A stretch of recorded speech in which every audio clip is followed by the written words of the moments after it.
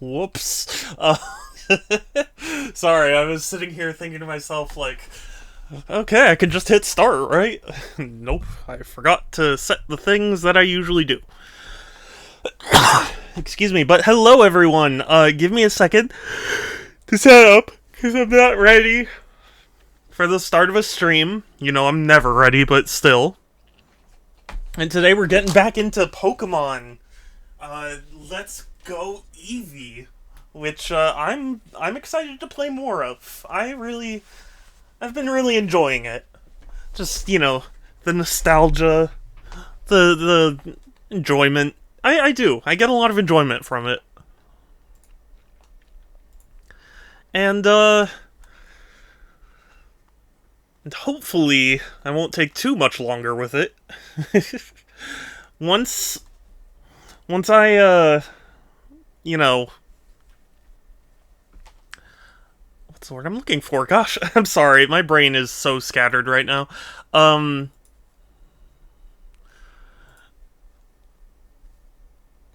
I'm so sorry, but just yeah, I am gonna hold another poll at some point to see what game people want to see me play next, which is gonna be fun.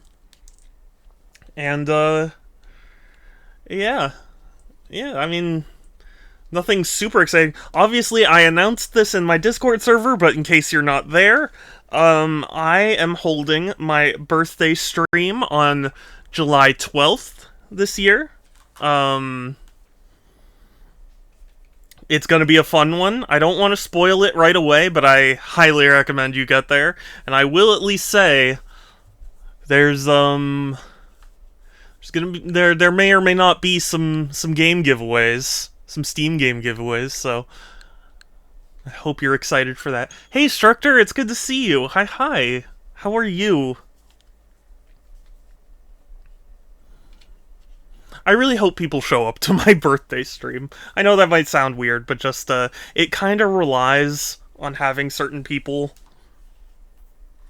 you know, around, or just having a certain amount of people around, I guess. It's the better way to put it.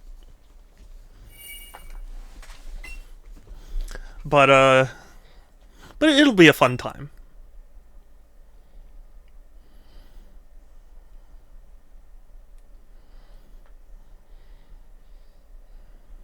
And, yeah, we're just gonna play more Pokemon.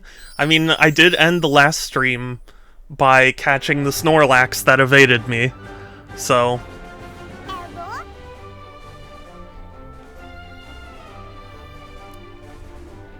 yeah. Yeah, that's pretty much all that's going on today. Hi. Still using the Pokeball Plus.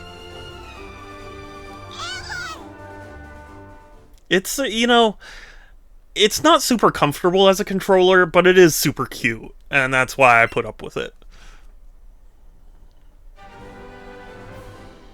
Because it's like so small for my hand. It's like I can only hold it with like 3-4 fingers.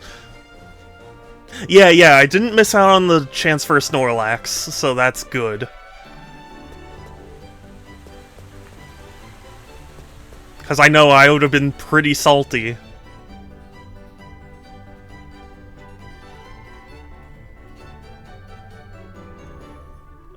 Is my party healed up? No. No, it isn't, actually.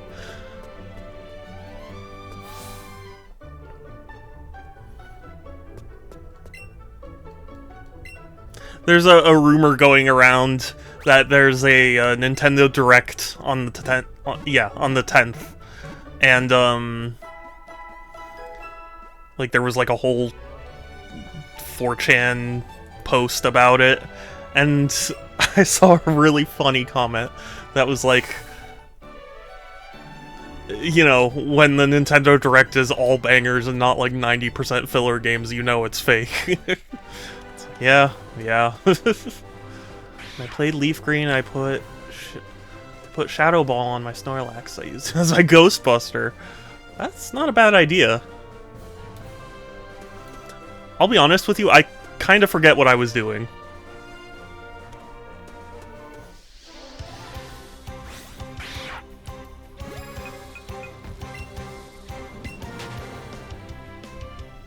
I have a vague memory.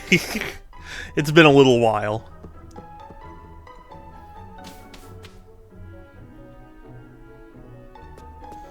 The problem is you have to gamble a lot to get it. I used to... yeah. The game corner. That's the thing. Every time I go to the game corner, it's like, sorry, we're out of coins. It's like, what am I supposed to do then?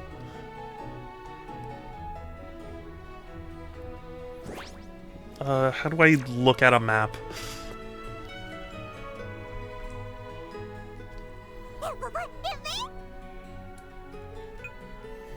Well, I don't want to... Oh, wait. Sorry, Eevee. I want to use Sky Dash just to remember where I am.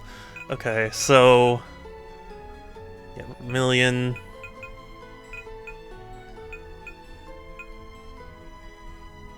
I think this was the direction I was... Or, oh gosh. Yeah, I think I should head to Lavender and go south. So that way I can continue on Route 13.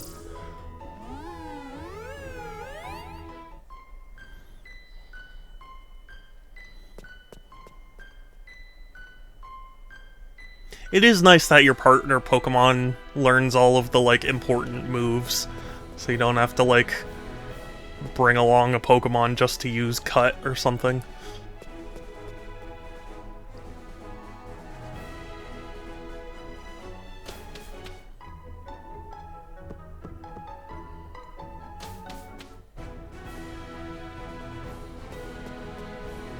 Also, I didn't play a whole lot of this on Switch 1, so I can't say for sure if Switch 2 has really changed anything about this game. But it plays quite smoothly and it looks good, so I'm assuming it's at least slightly better.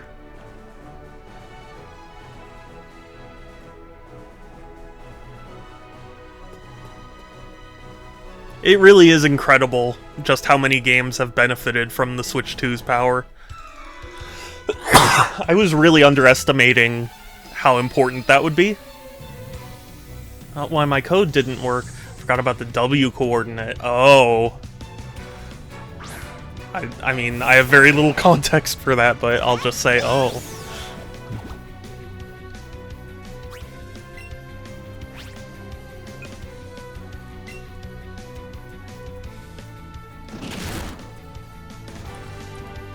Yes.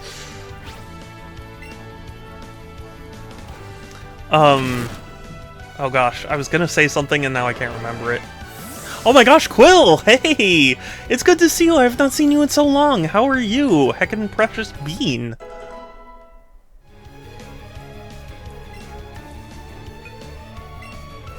Howdy! I'm playing Pokemon with the Pokeball Plus, which is kind of awkward to use as a controller, but it's fun. Kind of interesting in computer graphics, sometimes you get 4 coordinates. Oh, really? Oh, for math reasons, okay. I guess that makes sense. Doing alright, been busy with college. Understandable, college can be very busy.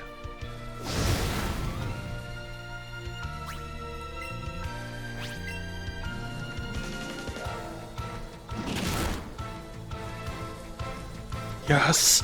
Thank you, Eevee. Yeah, I don't know if you... How have I been? I've been, okay, up and down. I got into a car accident early this year, and that was no fun, because, my car basically got totaled, but, my dad and I repaired it, so...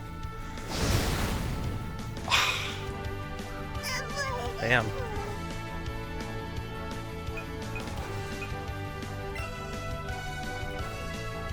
Is the water... Yeah, the water pump is fixed now. Today it's getting its AC, like, refilled, so I'll finally have AC again. Everything, basically, at this point, should be back back to working condition. Yeah, ultimately it was...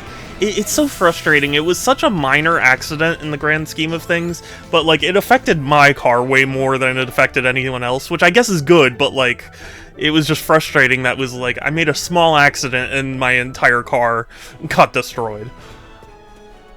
Except not, because I was able to fix it, but, you know.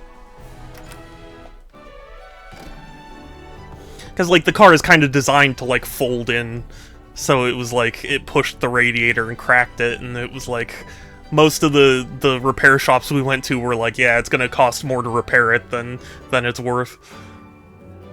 So, yeah, the other car was, I mean, like, I only saw a brief, like, you know, because we pulled over and we exchanged info and all that, and I looked at it, and it looked like their bumper basically just got a scratch.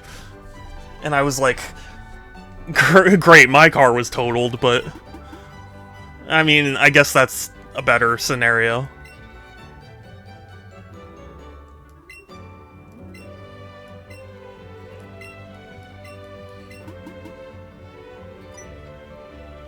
But yeah, it was just frustrating because it's like, I don't know. Point is, it's basically over now. Whatever car that guy has. No, it's more so that my car was designed to take most of the damage.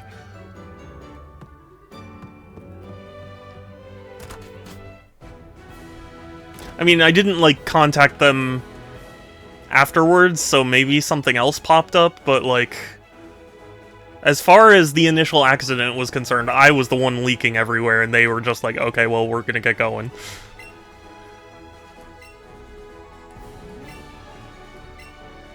Interesting. Okay. I did not know about catch combos.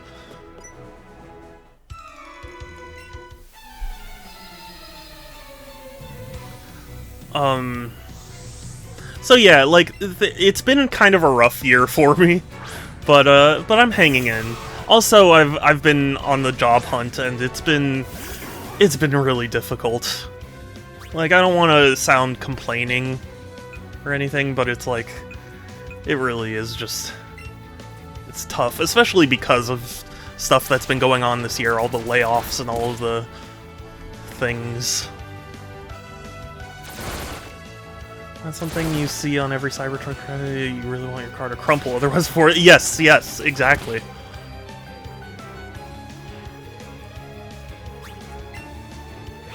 Like, ultimately, I would rather the car get damaged than my neck get damaged, but, you know.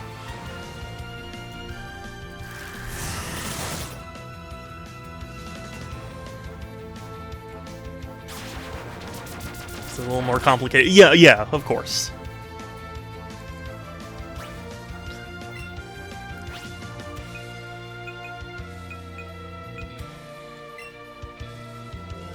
Also, Quill, if I remember correctly, you're pretty into Pokemon. I would like to apologize in advance for my gameplay, because I have a very unga-bunga style of playing Pokemon games. Like, if a move doesn't deal damage, I don't bother with it. I'm very Pokemon, yes. Oh, you know what's funny? Actually, I should have mentioned this earlier. I have this pair of Eevee slippers. Eevee. Sorry, I'm... I know, right? Aren't they just adorable?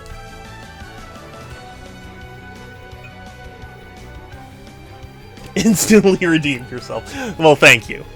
But yeah, no, I know my gameplay style is bad, but I do it anyway. Yeah, I was very happy to have them. And you know what? Strangely enough, I have a Blastoise as well. Blastoise plush. Not Regioise, but still.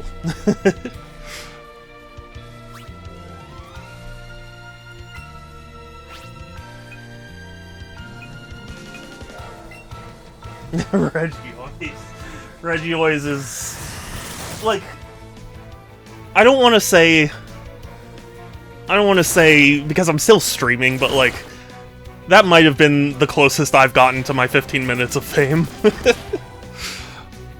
You're playing Let's Go, aka one of the this new player-friendly... Yeah, well, I used to do this in Pokemon Red. My first game was Pokemon Red, Quill, and I did this.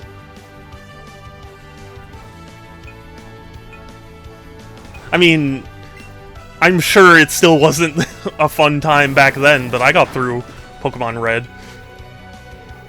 Oh, yeah, well, also, I should mention, I used the item duplication glitch a lot to get rare candies. So, you know. What are you gonna do this year now that you ran out of G1 Star? Yeah, I know. I'll have to see.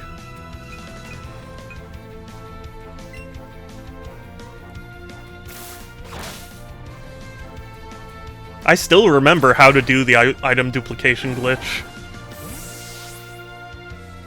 That's like permanently etched in my brain.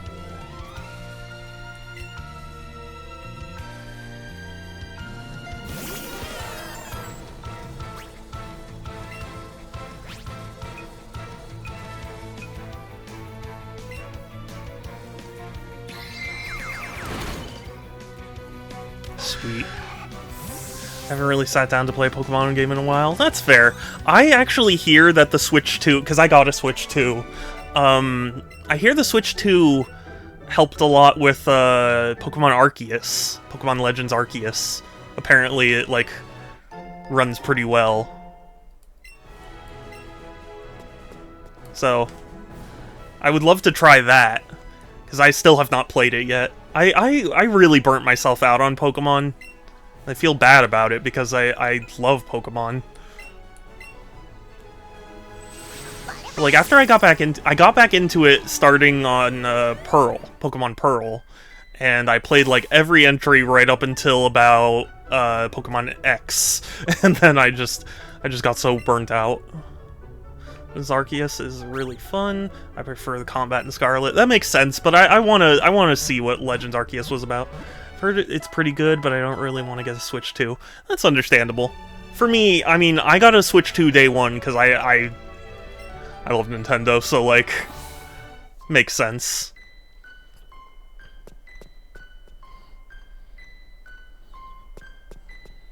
Is honestly, yeah, that's the thing. I heard so many people say that, like, oh, it's really different from how, you know, Pokemon usually plays, and, like, it's a, you know, a new style that's really fun, and I was like, that sounds amazing. And I do intend on playing it, but I don't know, I always get... I mean, granted, I'm a game collector, of course, I always get sidetracked by other games. And yes, till Donkey Kong. I really wish I could afford Donkey Kong. But sadly, it's gonna have to wait. Which is a shame because it does look amazing. I'm a sucker for destruction physics in games.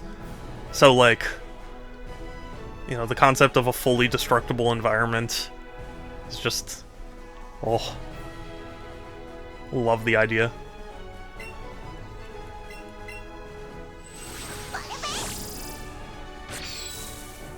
I'm working on a 571 page batch, and the virtual machine is having a really bad problem becoming pixelate. Really? What are you doing exactly? When you say a page batch, what do you mean? Like pages of a book? Or like web pages? But I'm sorry you're having a problem.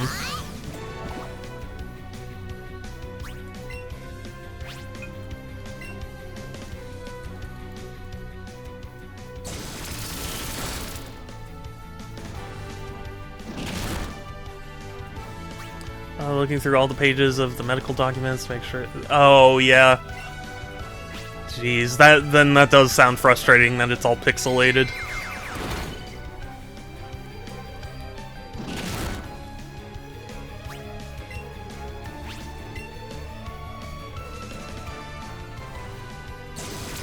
You need virtual machine for that? Genuine question. Yeah, I mean, I assume it's like a legacy system or something, so you're like emulating that. That's what I would assume, anyway.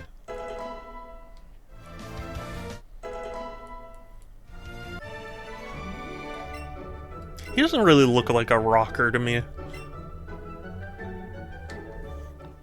anything, he looks like a PE teacher. Ooh, a water stone. I could get Vaporeon.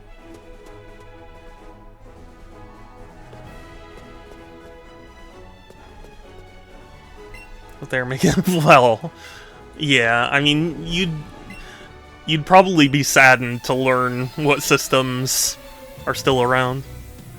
PE teachers tend to play a lot of rock music. Is that true? That was never the case for me. It was always the megaphone was the thing that made me think it. All the PE teachers had megaphones so they wouldn't have to run, which is always a silly concept because it's PE. If your teacher can't do it, why are they so mad at you not doing it? I don't know. Ooh, that was bad. Because I work from home, and the work terminal gave me is kind of bad, but bad, it can't even handle up to him. Oh, jeez. That sounds frustrating.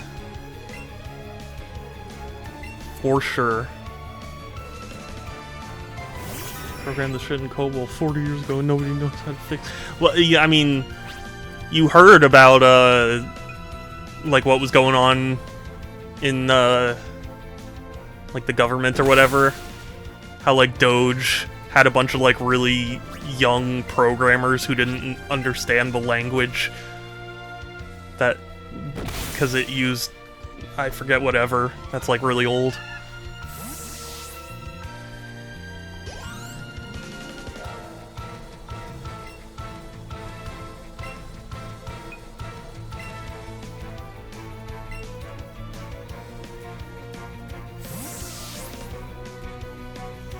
But yeah, you know, it's so funny to me. So my mom's car has one of those in-game listen to me, in console like touch screen things in her car, and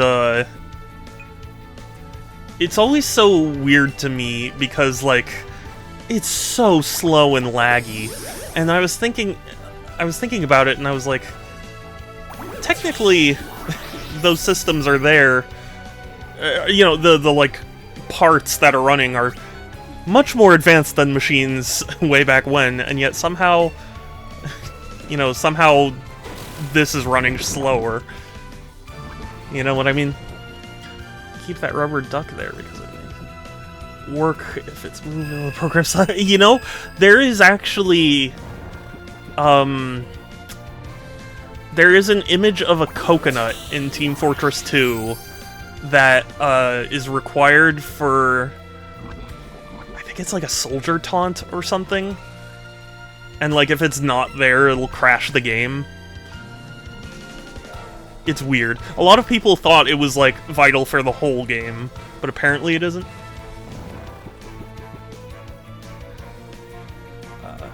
They fired the programmers. Yeah, yes. Yeah.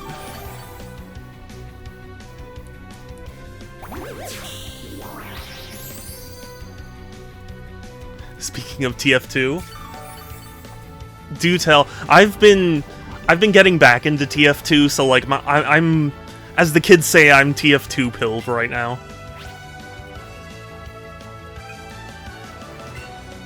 Yeah, I mean, how do I put this? I mean, it's more of a, hey, we want you to make something for us update, but it's something. Someone tested it out, and the coconut PNG is involved for the whole game with a magnetic texture. Okay, yes, that's what it was. I remembered, like, initially the rumors were that the entire game was dependent on it, and then somebody found out it was, like, for something else that was kind of specific. But yeah, I mean, better than nothing. The fact they're acknowledging TF2 at all is reason enough to celebrate. My man up ticket. Yeah.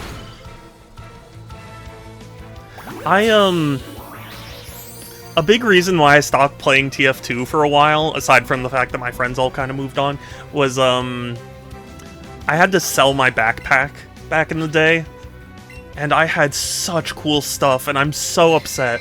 I really wish I had found some other way that I could have kept my backpack.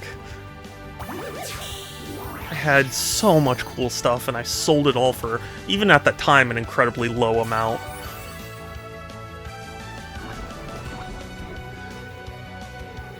At least they haven't added server blight? Wait, server blight? You mean the bots?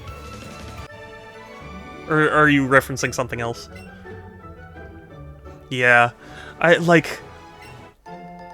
had almost all of the Stranges. Like, I was only missing, like, 1 or 2 or something. And nowadays, it's so expensive to get those. An Australian wrench from an MVM drops. Oh, really? Oh, that breaks my heart. See, the thing is, I sold my entire fucking backpack, like, every last thing. And I had Stranges, like, basically all the Stranges. I had 2 different Unusuals. I had a ton of different Genuines and Vintages, and it was, like, legitimately... I ended up getting 140 for it, because that was what I needed to pay off my debt. But I was like, that backpack easily was like over $1,000. And I just was desperate. Share the playlist. Oh, okay, thank you. Yeah, I'll have to look at it when I can.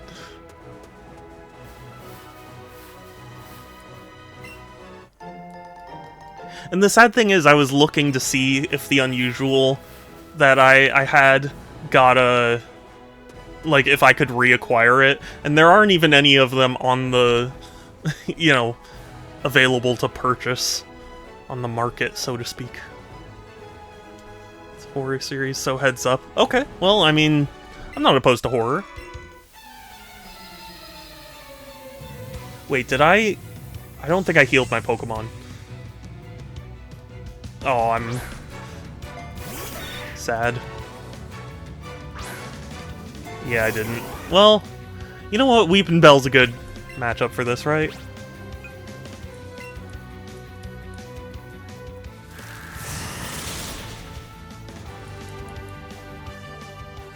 Earthquake, but I'm floating.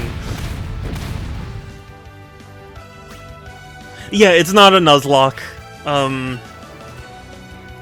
I appreciate people who do Nuzlocks, I just don't do it myself. I get too stressed out at the concept of, like, permadeath. That's why, like, older Fire Emblem games worry me.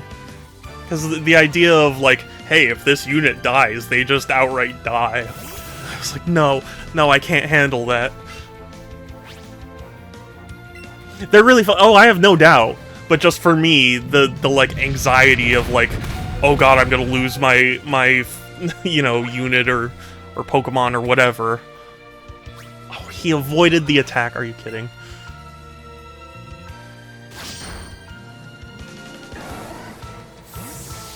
There's a good month or so I spent trying to Nuzlocke Emerald Kaizo. Wow. I'm assuming the word trying means you weren't successful. What was that? Something else Pokemon related. Oh, you know what I have that is, Watson is a bastard. You know what's funny? I don't even collect Pokemon cards or anything, but I found this at a garage sale, and I still have not opened it yet. It is a sealed pack, which is, interesting. I don't know if it's, like, a particularly desirable pack or anything, but I think it's cool.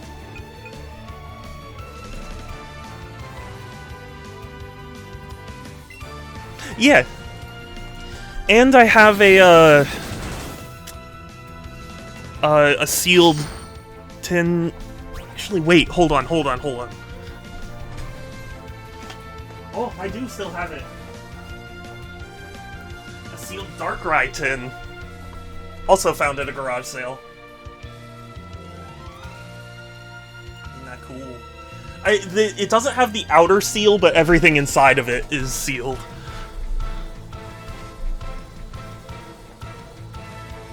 Hold on to that. I mean, maybe. That's kind of why I've held off on opening it.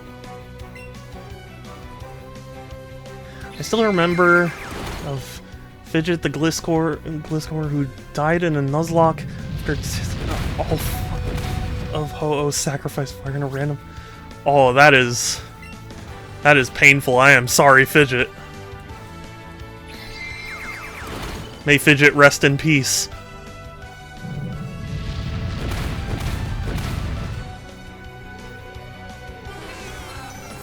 But yeah, I don't know enough about the Pokemon, like, card game to know if those two things are worth anything. But they're cool.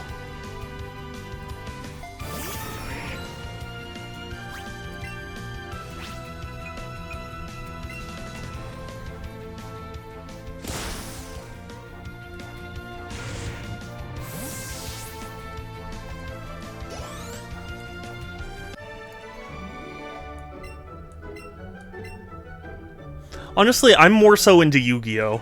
I collected Yu-Gi-Oh! Cards back in the day. Reminds me of Tremor of Marsh Thumbs that carried me through most of Emerald just for Flinch to kill him. Aw, I am so sorry. Why are the kids looking at me like that? Stop looking at me with them big ol' eyes.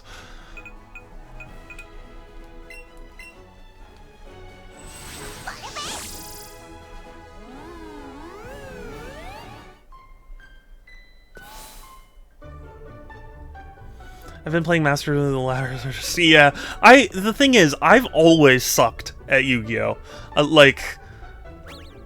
I was a fan of the anime. I was a big fan of the anime, and I bought the cards because it's like basically merch of the show, but I was never any good at the card game.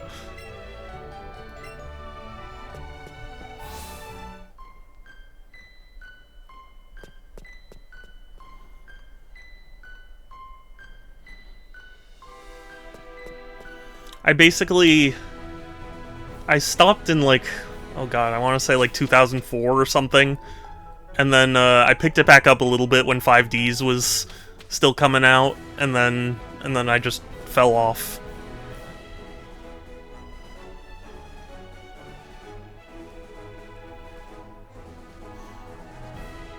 And like, I'm not opposed to Master Duel. It's basically the same way, but I'm half decent at piloting a guy, but building it. Yeah, well that's the thing. I've learned about myself, I don't like theory crafting. It's just too difficult for my brain. I don't know how else to put it, but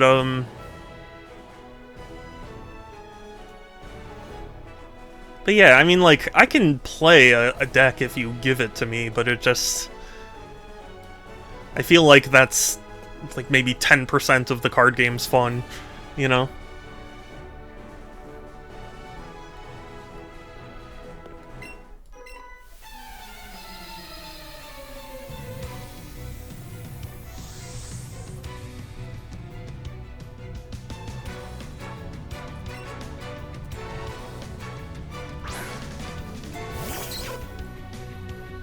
But,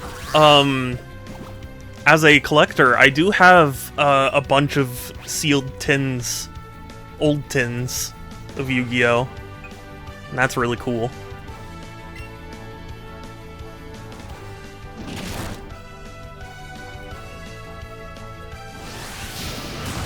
They're not like the oldest tins, but they're pretty old. Like Command Knight type old. I don't seal or anything, but I have a couple of structure decks and their box. Oh, that's cool. It's funny, back in the day I used to buy structure decks, and I really wish I had kept those, like, you know, kept the box and stuff. Because the nostalgia hits very hard.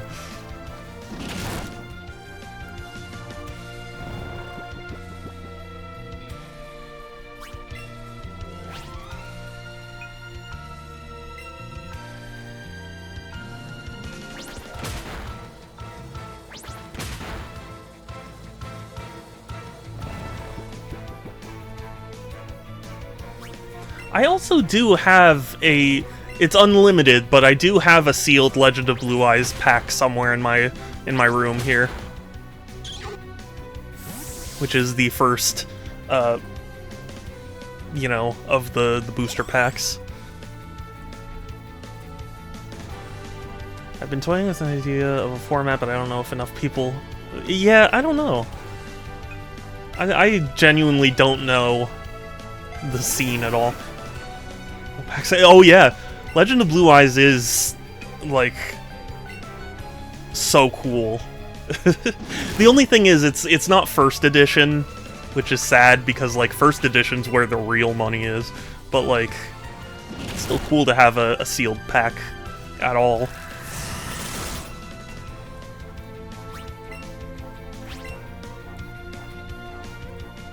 Yeah. Underneath my bed here, I have a ton of Yu-Gi-Oh! Like, tins and other collectibles and cards and things.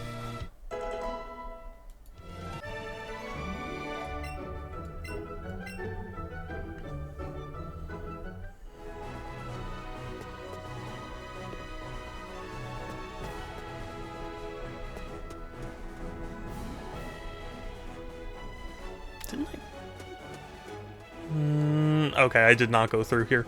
Oh boy, this is a lot of battles.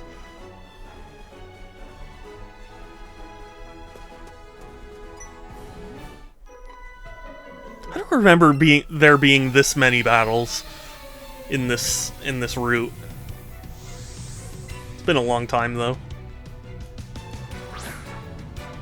Well, do you happen to know if this game is specifically a remake or if it's like a kind of sequel remake? Because the way the story has been playing out kind of implies that it's like a sequel in a weird way.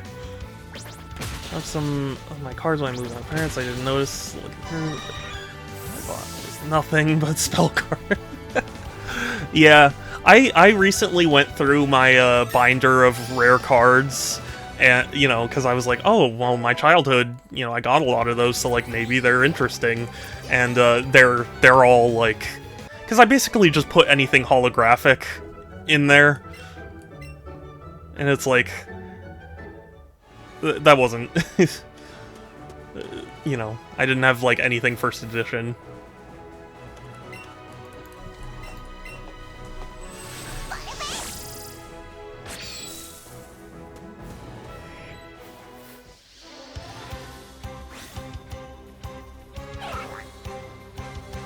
It's technically... See, yeah, okay.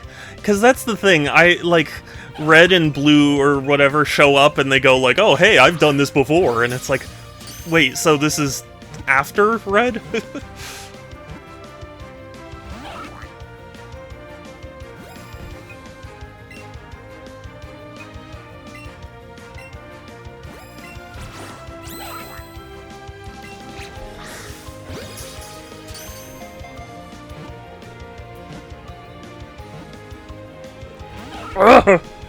Oh, it was so close.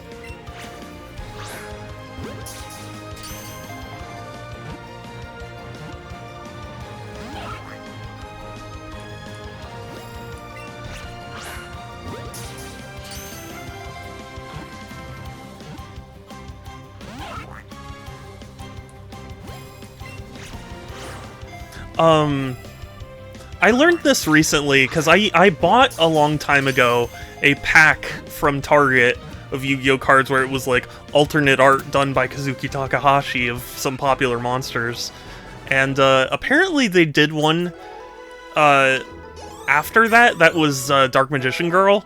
And I was like, oh my god, why didn't anyone tell me about this? So I was very happy that the people at Card Addiction found me a copy. So thank you, Card Addiction.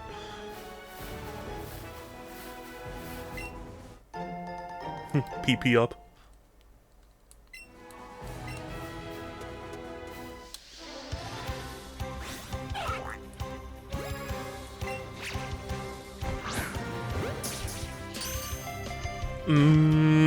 Richer.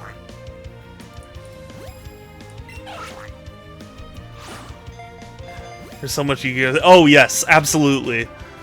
But just like, okay. Okay. How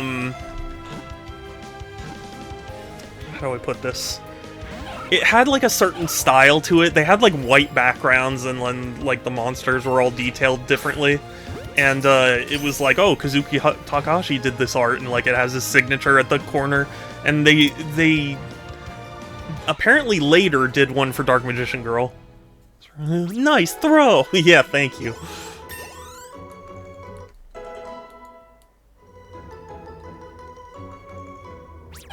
Yeah, for an anniversary. Yeah, yeah.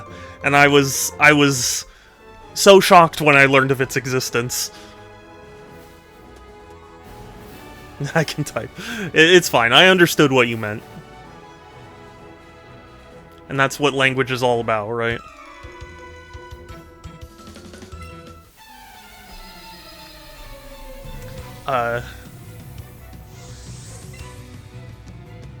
Yeah, also last time, because I go to Card Addiction for HeroScape tournaments, but since they're a card shop, I inevitably like to support the store by buying Yu-Gi-Oh cards, and I bought the most recent pack that came out, where it has like a bunch of chibi versions of monsters.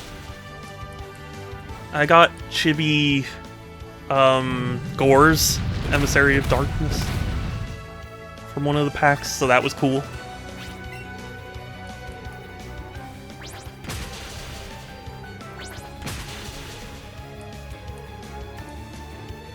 Amazing, yeah. Yeah, it was cool. And, oh gosh. You know, it's funny, for a long time, I didn't know Ghost Rares existed. I think I learned in, like, 2010 or something. It's like, what the hell is a Ghost Rare? Because I had never seen one.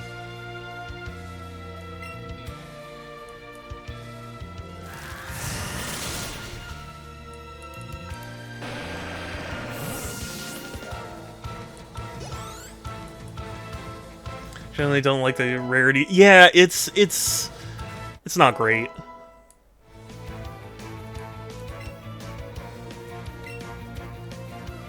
Actually, not. Wait, there really is.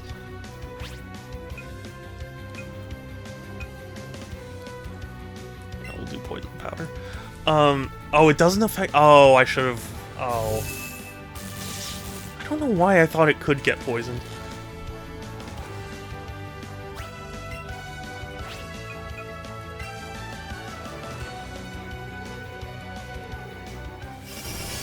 So, went down to Ghost Rare Stardust. Oh, really? I love Stardust Dragon.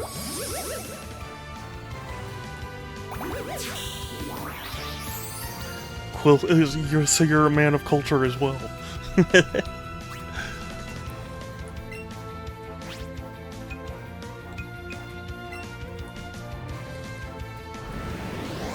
These, yes, I have a ton of nostalgia for the original series, and GX has grown on me to some extent, but, like, I think if I were to look at it more objectively, I would say 5Ds is the best one. I haven't watched anything past 5Ds, so maybe I'm, maybe I'm missing out on something, but I don't know. From what I heard, 5Ds was the last one where Kazuki Takahashi really was in charge of things. Yeah, 3 and 4 were pretty good. I liked seasons 3 and 4. 1 and 2 were really, like, not it.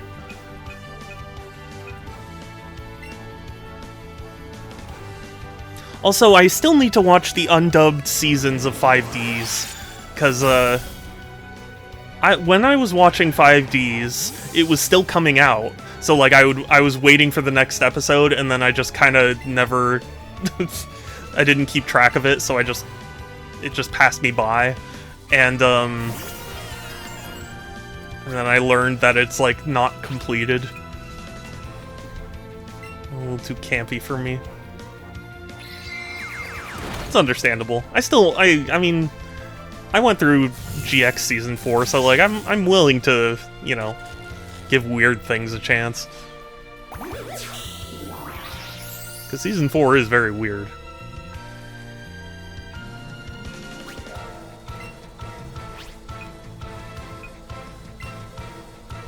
That is the silly way they censor. Yes, yeah.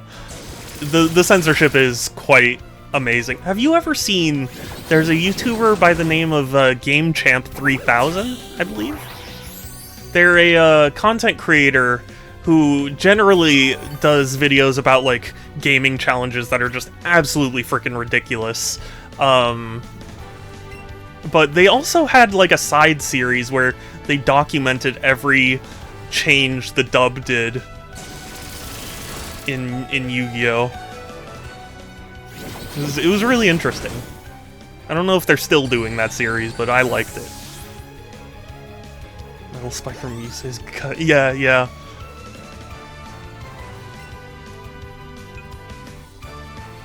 Yeah, I recommend it. It's very cool.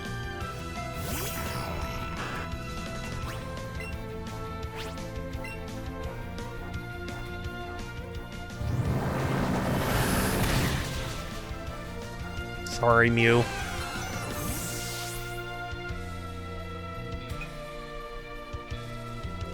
Things aren't looking great here. Might have to use a revive.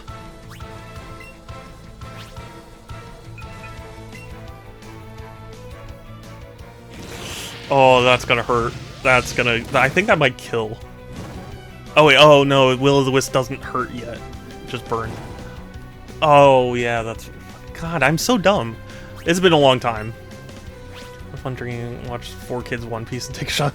Yeah, yeah.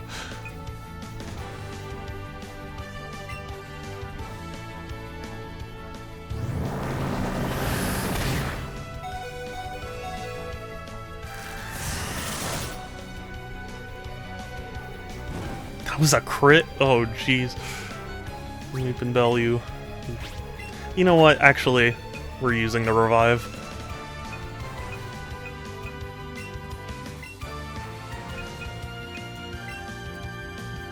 Please, partner, you're my only hope.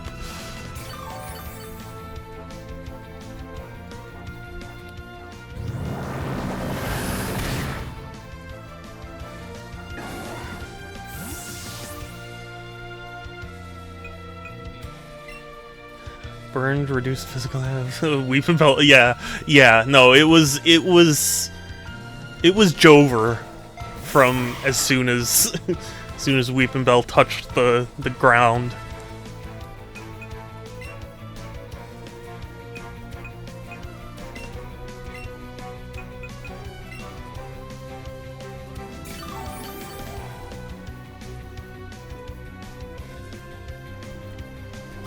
Okay, Nidoran. See what damage you can do.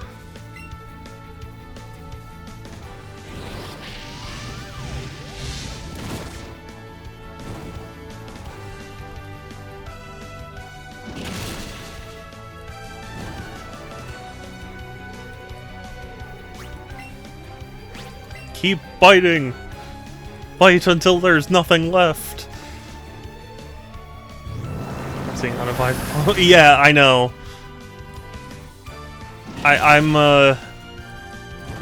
not really focusing on evolving Pokemon. I'm just kind of going through the story, you know. I usually wait until there's a chance before I try catching them all, you know.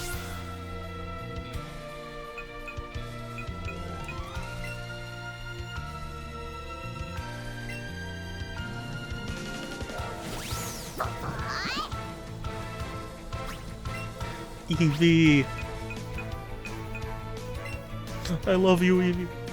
If you wanted to evolve your Haunter, but Game Freak said, fuck you, it's a trade-off. Yeah, right? Oh, and a crit. Excellent. Cool. Fuck you if you have no friends. Yeah, yeah. They really said, fuck me.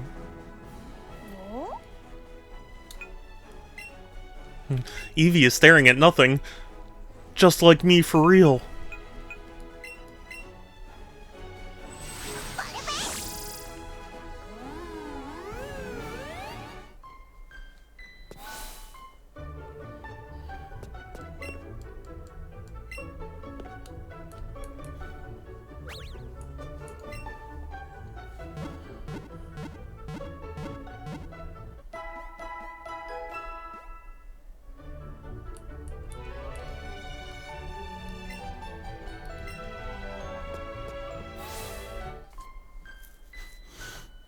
Even though I was never big into the Pokemon trading cards, I remember going to my cousin's house for Thanksgiving, I believe, and our aunt bought us all gave us all a Pokemon pack to open, and mine, I don't remember what pack it was, but I remember unwrapping mine, and I got this Mew card. It was in Japanese, and it was like completely holographic, and it looked like it was like an ancient tablet or something, and I was so excited to have it, and I don't know what happened to that card.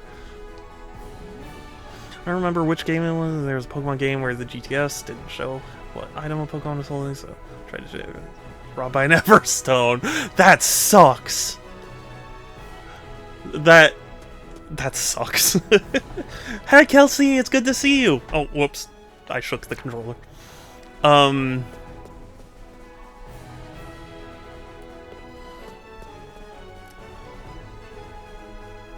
Shit, now I lost my train of thought. Oh, the GTS. Funny story about the GTS. I always tell this every time I think about it, but I remember back in the Diamond and Pearl and Black and White days, the GTS was so full of hacked Pokemon.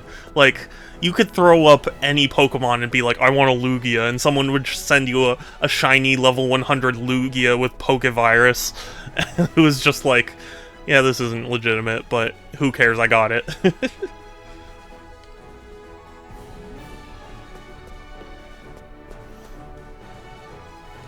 Actually trade for a Haunter and get a Gengar and Scott. Oh, really?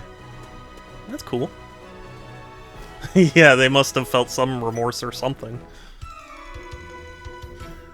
Like a level 1 Lugia or Mewtwo. Yeah. And always shiny, too. That was the other thing. I had like a collection of shiny legendaries just because I would put up whatever Pokemon and it would just be like, yeah, I want a Ho-Oh in return for this Bellsprout.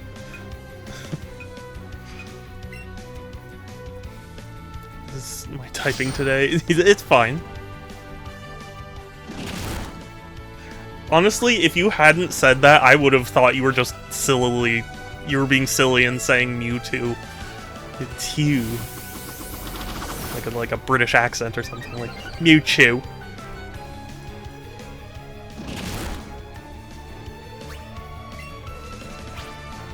Oh, it's Tuesday, isn't it? I'm just typing. Yeah, that's fine. That happens. I do that.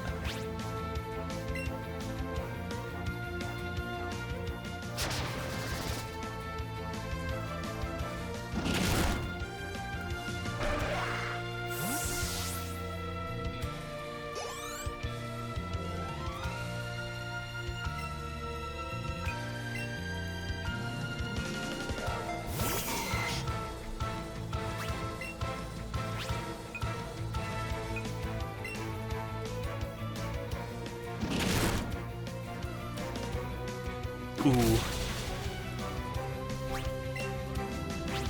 Come on, bite. Flinch. Flinch him. I tried getting into competitive Pokemon back in Sword and Shield, and it was pretty fun. I get the impression it is really fun. For me, since I do play Pokemon like this, I'd probably be really terrible at it.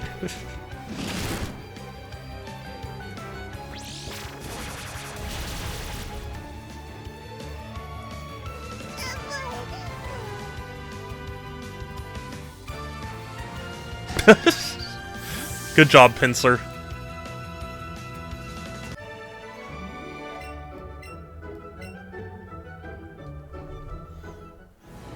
You played yourself. Heard of Poke MMO? I think I've heard of it. Honestly, MMOs aren't my thing, so I never really bothered to look into it too much, you know?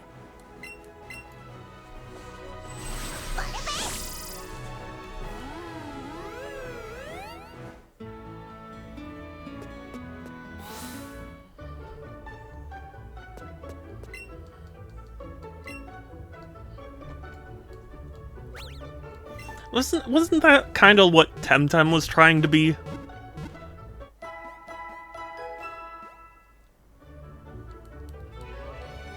I admit I didn't pay very close attention to Temtem. I have Diamond and Platinum. I have Pearl. Do I have Diamond? I'll have to double check. I don't think I have Diamond, but I really regret not getting Platinum back in the day, because I heard it was like, oh well, it's just Diamond and Pearl, but like improved. And I was like, well, I already have Pearl, so no sense spending the money for a game I already have. But I shoulda. Basically just Gen 3 5 stitched together with some multiplayer stuff like that. Oh, okay, that's cool. Yeah, if it was more like a traditional MMO, I probably would have been like, no. But that's neat. Yeah, Platinum is like crazy nowadays.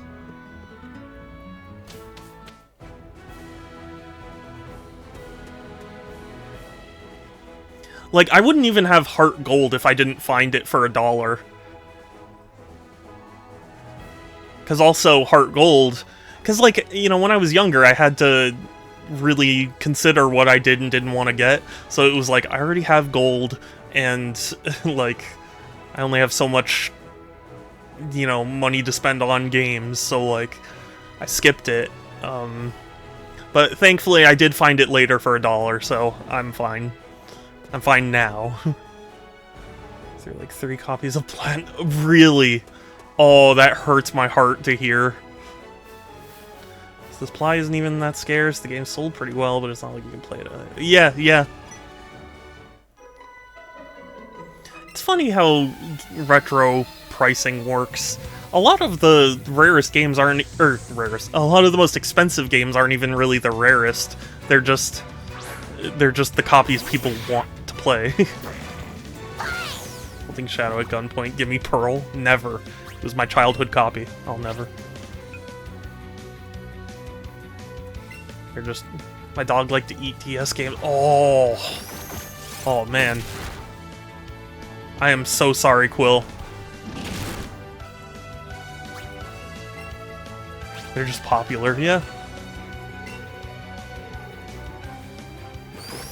It's the same thing about ROM sites that always leaves a weird taste in my mouth. Because, you know, people talk about, like, when Nintendo sends a cease and desist. And it's like, I get it sucks when, you know, it was the only access to a certain game or whatever. But, like, I always found on those sites that, like, the most popular ones to download were the ones that were still available. So my brother's copy of Diamond... Eventually it turned up. I resent the fact that they made this. Yeah, well... I mean, I guess so. Sapphire, since I still have my original... Yeah. I have, like, 2 copies of Leaf Green. Because there was a small point in my life where I used to like going into GameStop and, like, buying a used copy of Pokemon so I could, like, transfer the Pokemon into Pearl. Just to see, like, what the previous owner still had.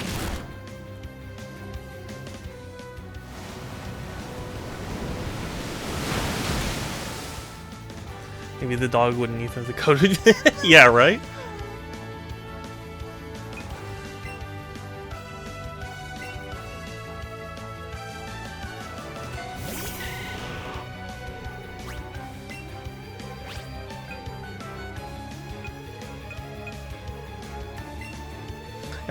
Every Game Boy Advance Pokemon game. That is good. I don't have Sapphire or Emerald. But I do have a Ruby. And I have Fire Red and Leaf Green. So I got the Pokemon Platinum special DS case. Those games. Oh, yes. When I had my DS, I had this carrying case. I think it was officially like a Nintendo brand case, but that case was like everything to me.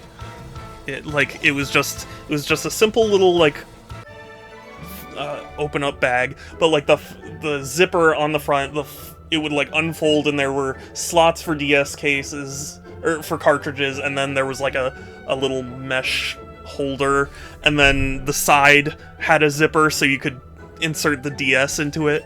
It was cool. Something larger discussion we had about ROM sites and such. Obviously, it was a big thing. Yeah. That's the thing. It you know, whenever people would argue about it, I always was like, the water isn't clear, because like a lot of the games on there are games that really shouldn't be on there, you know?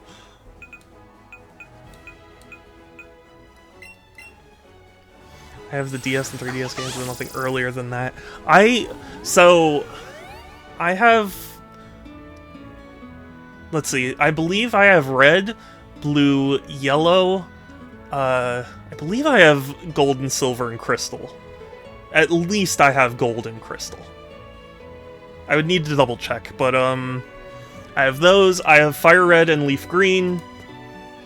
I have ruby. I have pearl. I have black and black 2. I have heart gold now. And I have X and... Do I have Y? I don't think I have Y, but I have X. And, Did yours also have 3 slots for extra stylus? Actually, surprisingly, no. It just had, like, a little mesh pocket where, like, you could put all the accessories. So I assumed whoever manufactured it was just like, yeah, this, you can put your things here. I need black 2 and black and the pearl heart gold. You know what's funny? I don't remember what promotion it was. Oh my god, I'm so stupid. Press the right buttons. Sorry, I'm too busy thinking about other things. Now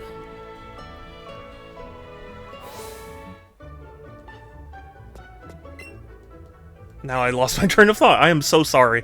This is a disaster of a stream. I'm forgetting everything. Oh, that's what I was gonna say. Black 2. I have this case for Black 2, that I vaguely recall being like a pre-order bonus, but I don't remember where I got it. It's like a little, it's just a little, you know, case, like DS game case holder that has Pokemon, you know, logo on it, but, it's big enough that it's like you can't fit it back in the original, you know, DS case holder. It's weird.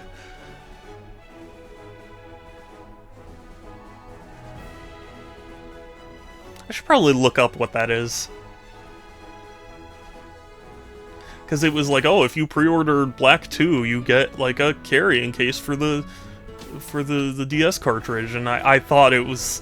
I thought it was going to be more versatile than just a single cartridge holder. Rare spin-offs. Oh, really?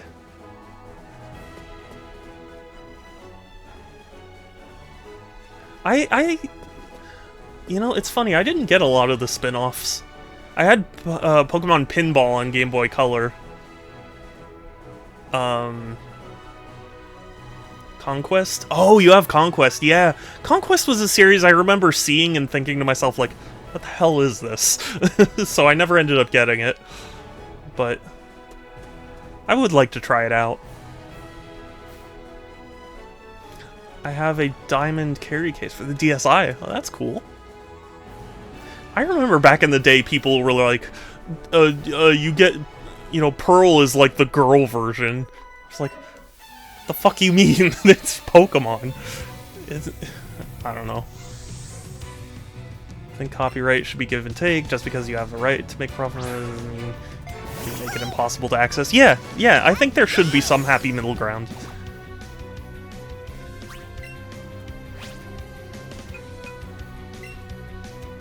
I got it from a friend. We were traded. Oh, that's cool. Weirder Pokemon merch. Oh. Let's sell white 2 to get the collection. I mean, it's up to you. As long as you won't regret selling white 2.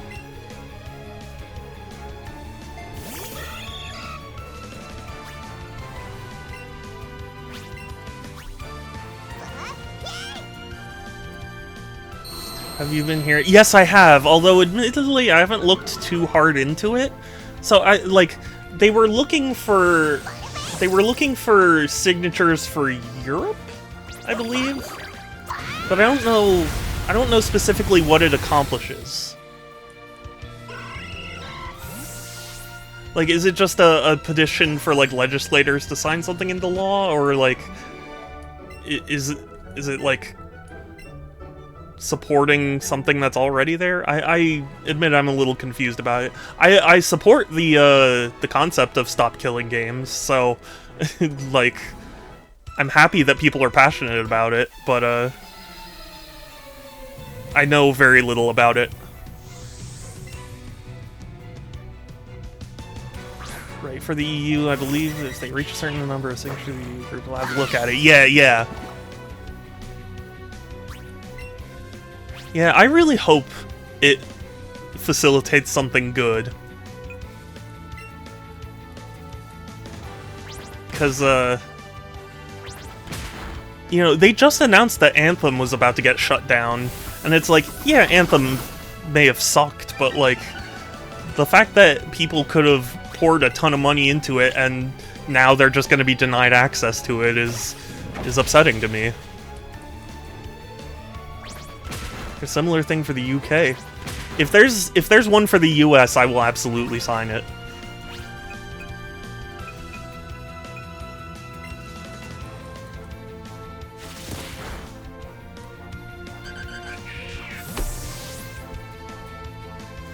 So I have a promotional paper bookmark from the original release of Diamond and Pearl. That is super cool. What's the weirdest? I do have, when I worked at Target, they were doing the Pokemon Detective Pikachu movie event, and I got to keep some of the posters and like promotional material from that, so that was cool. My understanding is that it's supposed to make it illegal for some games to shut down games that they won't support anymore instead of making it possible. Oh, okay.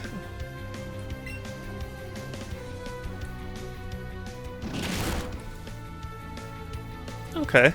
Yeah, that sounds good to me. You kind of quirky and I don't understand, but happy is there. Yeah, that's the thing. There are some people, I always hate when people go like, oh, well, it's, you know, whatever, it doesn't affect me. And it's like, it does affect you. If this goes through, like, they're likely to institute these changes across the board, you know?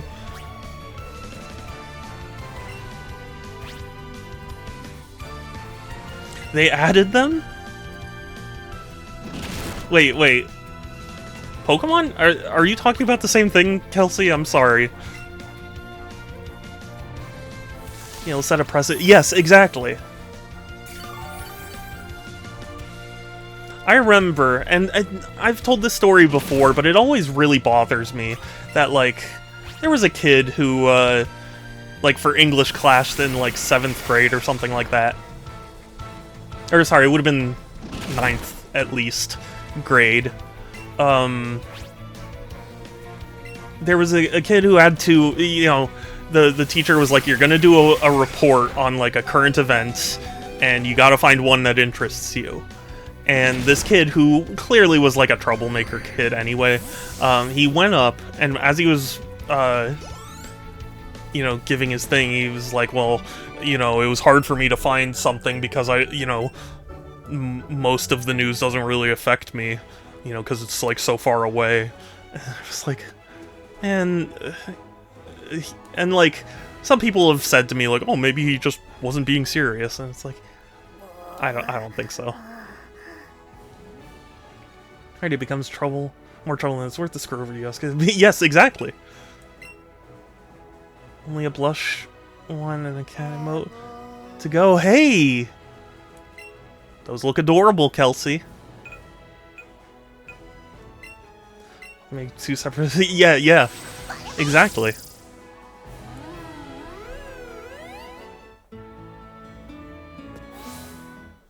I'm sad that, like, physical game sales are so down.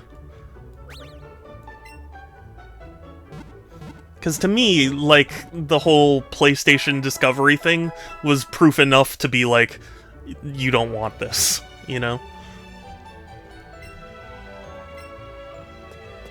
Like, yeah, that got resolved because enough people pushed back, but, like, I don't like the idea that I have to push back on everything just because I don't want don't want to be stolen from. Can I fly? No.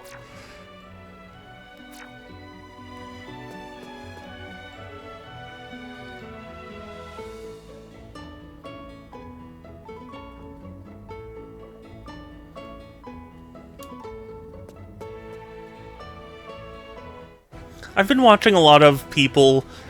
apparently it's a trend for people to, like, do reactions to the Team Fortress 2 Meet the Team videos. I never fought this guy? Weird. But yeah, like, something I've been noticing throughout every single one of those videos is, like, because at the end of several of those, they have, like, oh, you know, buy Team Fortress 2 now, and it's in, like, a PC DVD box, and everyone goes like, oh man, that's so old, remember when PC games came in DVD boxes? I was like, oh god, that is... Stop. It's not a good thing that you don't get physical games. I never has won before. Will this be his first time? No. Definitely not. I gotta get back to colleague. Oh, okay. Yeah. Thank you so much, Quill. Oh, sorry, thank you so much. I'll watch that after stream. Thank you for coming by. It was good to see you again. I hope to see you on the 12th, because that is when I'm having my birthday stream, and that should be a lot of fun. But yeah, talk to you later. I guess not. Yeah, definitely not.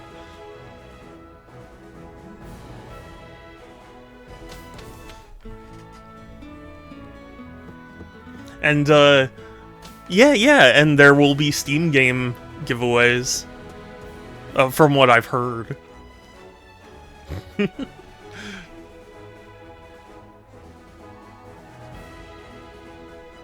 So, yeah. Yeah, I hope your colleague stuff goes well. Hope it's not too painful.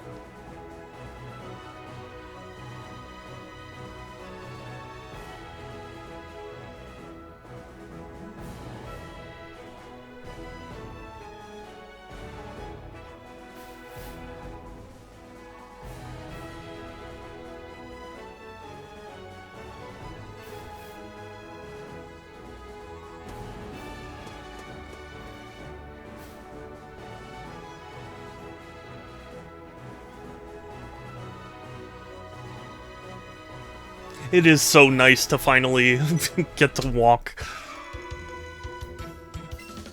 Like, that is one thing. As frustrating as it is to see a group of people where it's like, oh god, I'm gonna have to battle all these people. Like, it is nice to finally just walk through them all and be like, yeah, I already beat all of you. Sit down.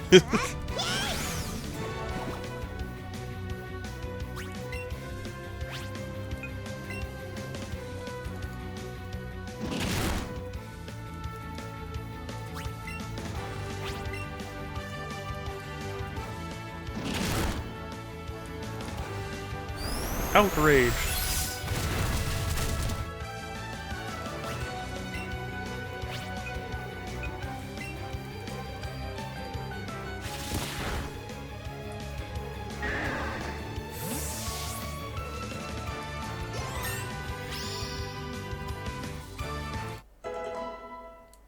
Kelsey! Yes?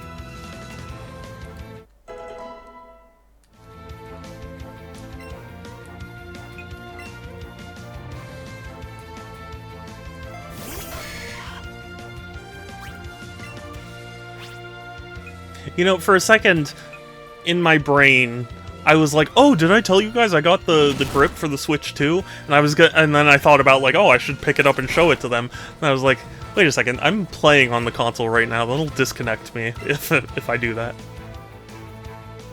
When are you ever not busy? Ever not bussy? I've been very busy this week. I can't say it on stream, but it's a tough time for me. So, Pidgeotto! Finally!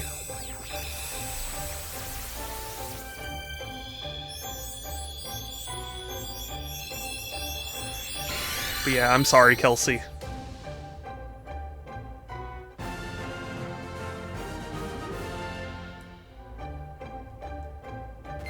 I've been so busy that, like, my brain is so scrambled.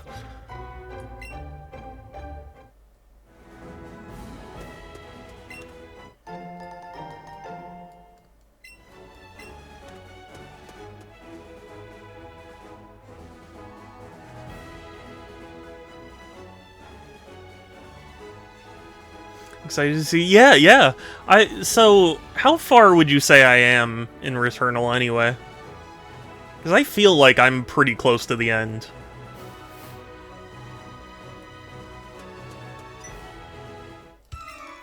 Spoilers? I mean, like, you don't have to, like, say what happens, just, like, maybe a percentage or something, like, oh, you're, like, 80% of the way there, or whatever.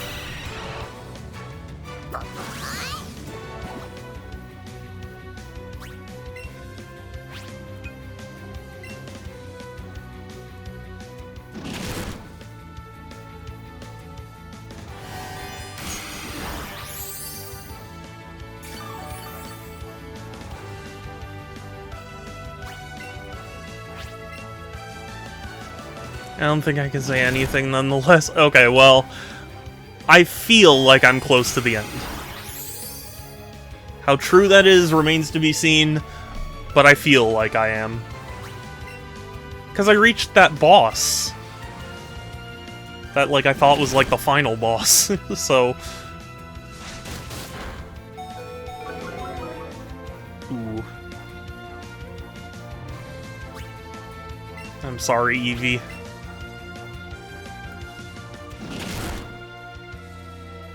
Oh, there's the crunch. See, crunch kills, everyone. That's why you should never crunch.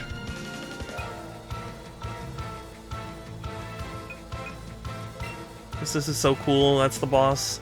I thought everyone should play the game at least once to see. I admit I need to see him again, because I don't fully remember.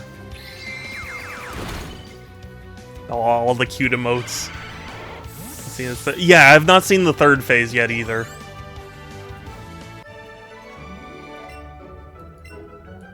Also, I think I'm on the final boss of Terraria. Because, like, I've been playing Terraria in my spare time. And, like, gradually chipping away at that. It's surprisingly difficult for me because, like,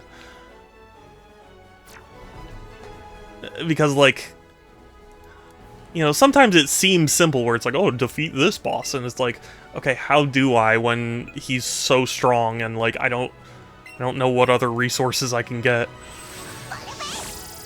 So sorry, need to, so I have them in my top picks. It's fine. It's adorable. What class in Terraria? I haven't been sticking with a specific class too much. I just got the Terra Blade, so I've been using that. But, like, I used to use the Uzi for a while. That was a weapon that I stuck to. had a whip for a while. Ultimately, I just haven't been using magic all that much.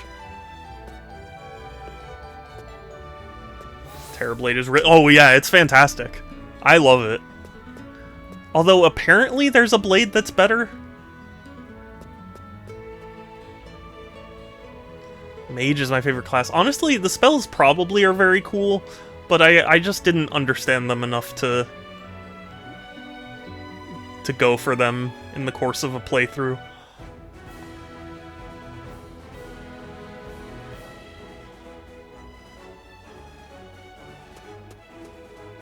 And like I've reached a point where my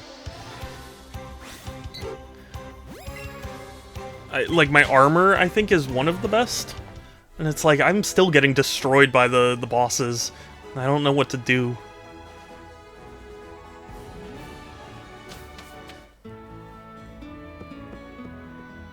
Because I reached Moon Lord. And he just completely destroyed me.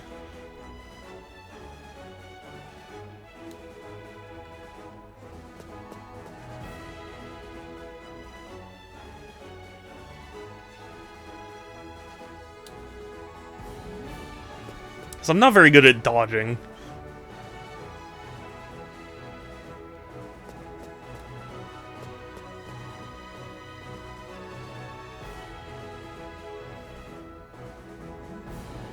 Oh my god, those are huge! Look at those Kinglers!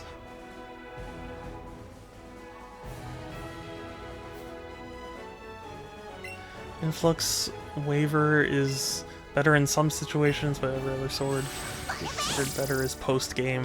Yeah. Well, so, like, are you kidding me? All the Kinglers left? That sucks. Like, I have some of the best weapons I think I can get, but like I still feel like I'm completely outclassed. And it's like, I know you're supposed to like set up for a boss fight, but even then, it doesn't feel like it's helping all that much.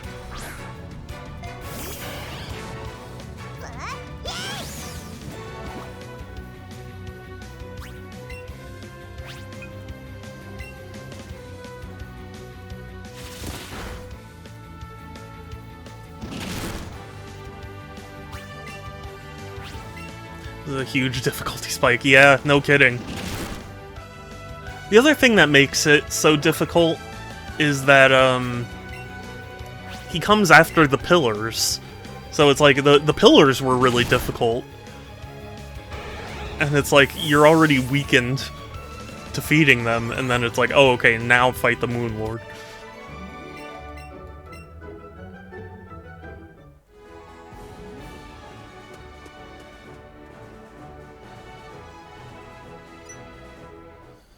Kasano. Yeah, but I mean, you still have to reach him at least once to make it, right? Because doesn't it require all the, like, flares or whatever? You know, the pillar fragment. Yeah, that's what it is.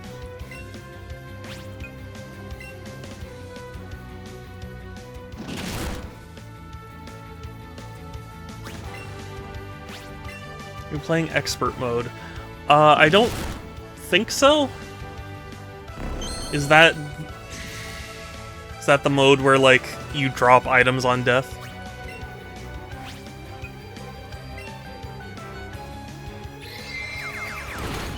No? Okay, I don't remember what... Maybe I'm playing expert mode then? Do I have a Shield of Cthulhu? No. I have an Ankh shield.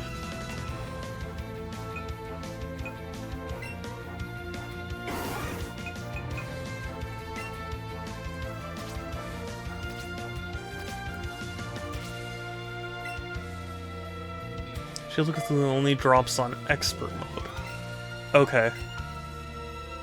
Well, I don't think I've encountered it, so...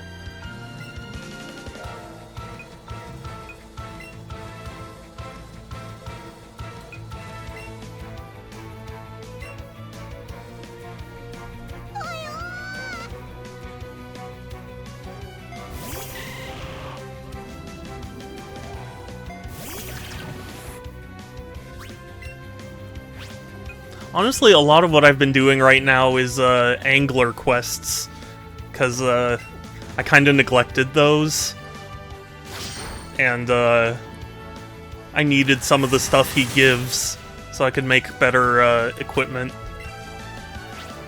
A lot of useful accessories for the Moonlight are expert mode only. Okay, I'll have to check. I'll have to check what mode I'm in.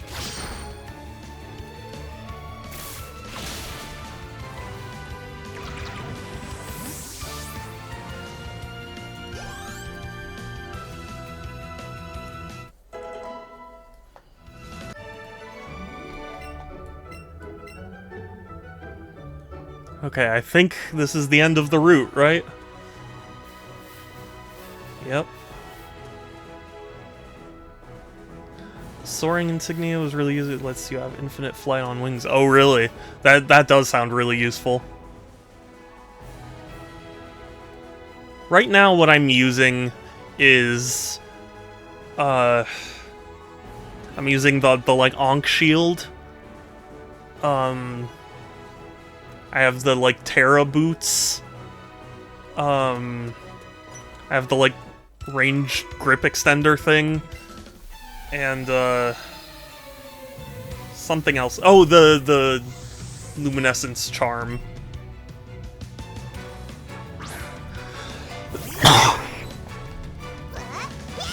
Can use it with jetpack to totally get by pet. That is pretty cool.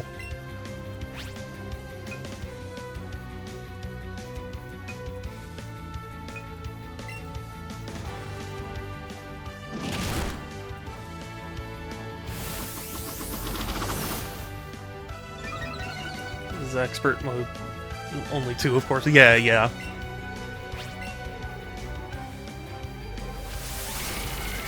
Slash.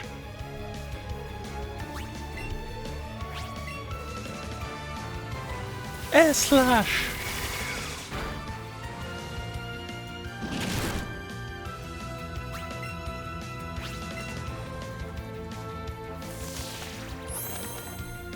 I knew we would pull some shenanigans.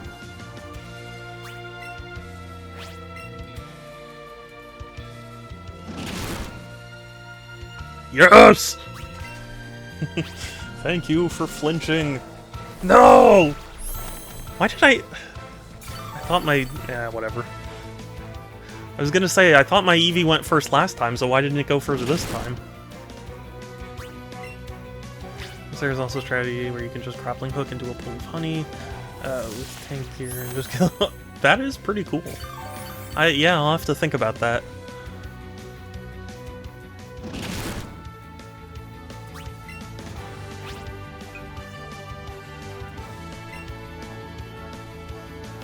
Stop using Roost!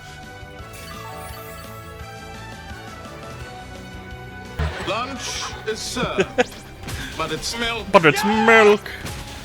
You know what, Kelsey? Thank you for the redemption. It's good to know lunch is served, but it's milk. But also, I'm gonna refund you that, because I wasn't able to refund the other redemption that didn't go through. So, give me 1 second.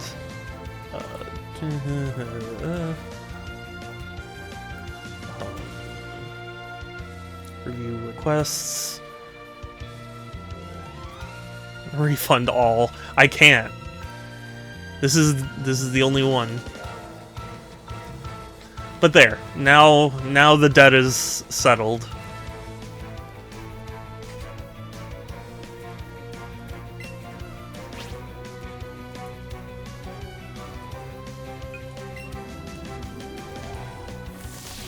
Oh my god, this fight is gonna go on for way too long.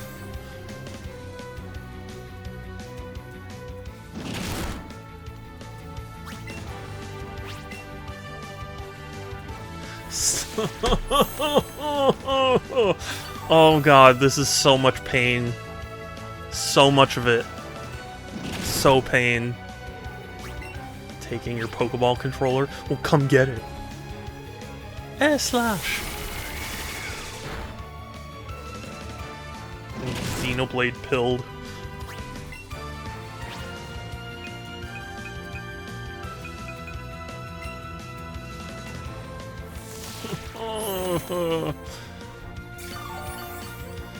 Stop using that move.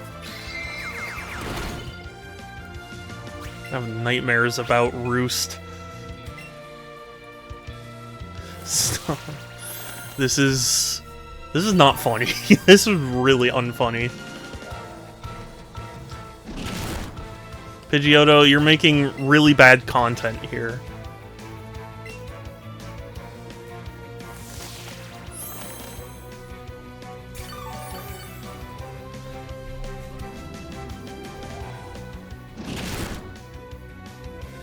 This better give me a ton of XP.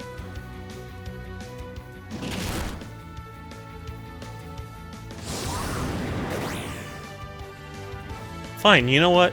Fine. 1 XP. Oh, I would be livid.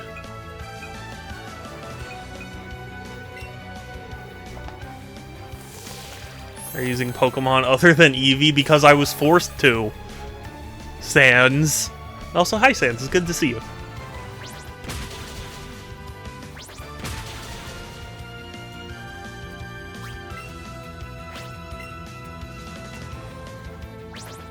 Why? Because Pidgeotto used Gust. Or Whirlwind, rather. See? Again. They just did it again.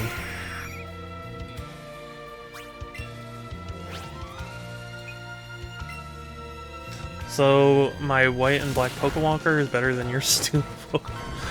I don't think white and black had a Pokewonker. That started with Heart Gold, didn't it? I'm pretty sure.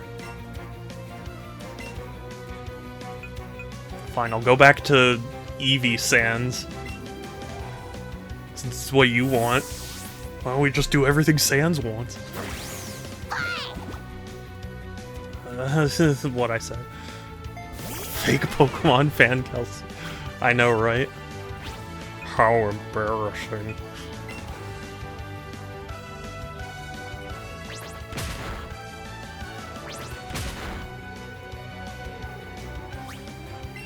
I have too many.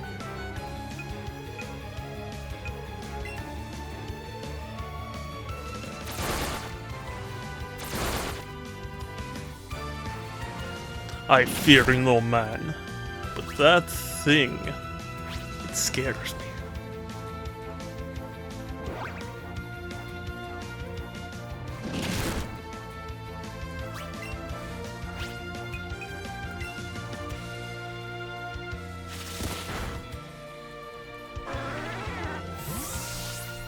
Cool.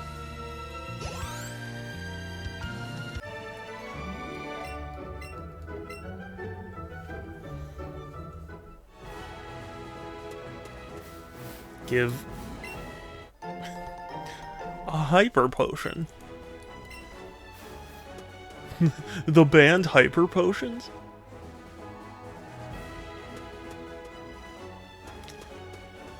I don't like this. I'm raising Shadow's taxes on electricity until he gives a photo of the Pokemon games he has, all of them. I would have to do so much digging to be able to take a picture of them all together.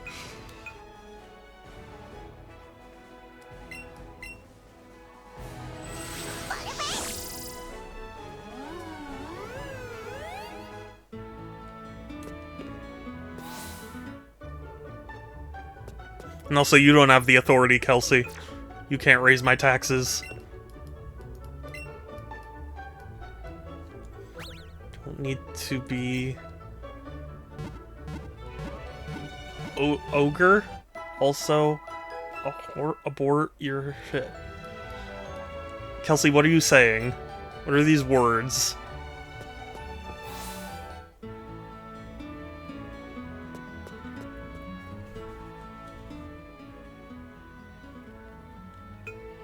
Oh wait, whoopsie, I can't fly back. Have to do the long, horrible task of walk.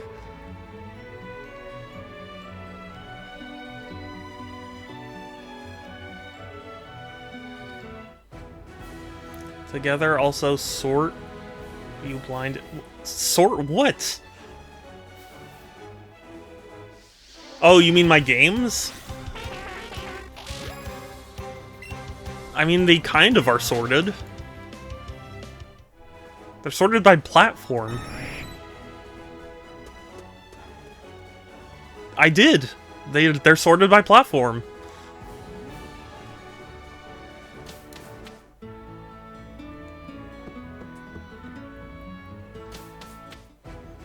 And yes, hi Sans. Instructor, don't you start on this.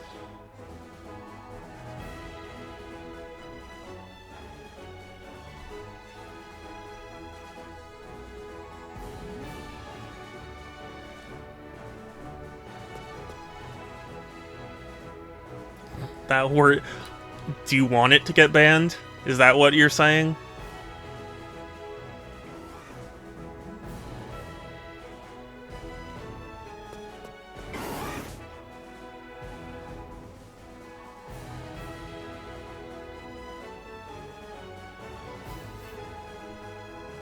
Sans sended nice shelves. And A, he didn't, and B, those shelves don't even make sense. They're stackable on their own. That's the whole point. Why would you need shelves for them?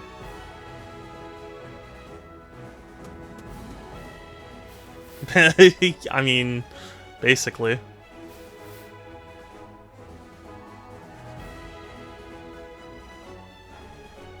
And if you guys are forcing me to do it, I'll do it.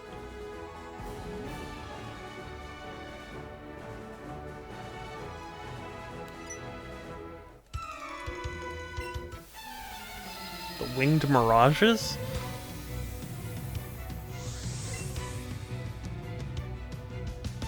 Then you don't need to lift one of it.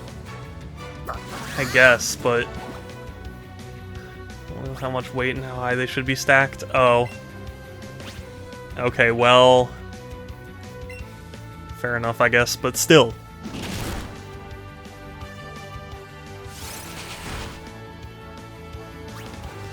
More secure because each is independent. Okay, fine. I will concede to you that those shelves do have a purpose. But you didn't send them to me. I don't want you to send them to me. And, we're gonna get off this topic and talk about something else. Like the fact that I just landed a critical right when I needed it. Pokemon game is the go. It's tough because I do have a ton of nostalgia for Gen 1, but also for Gen 4, so it's like, I don't know. I guess I would say like Gen 4 or maybe Gen 5, because I have nostalgia for Gen 5. What is it? Pokemon TCG on the Game Boy. The real answer is Legends Arceus.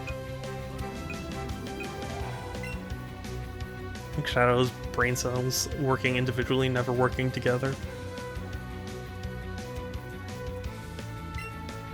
That's mean.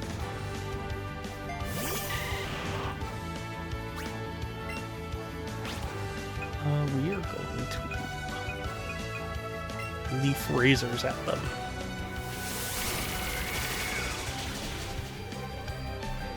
Oh, this is a horrible, horrible mistake.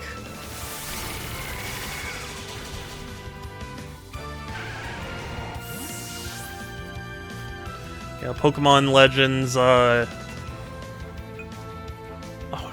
what's the legend? Reshiram? Zekrom?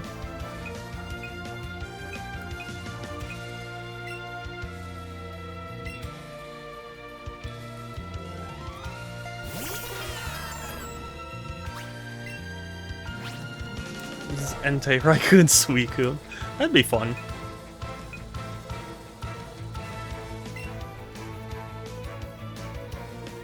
Thank you for avoiding the attack, Mew.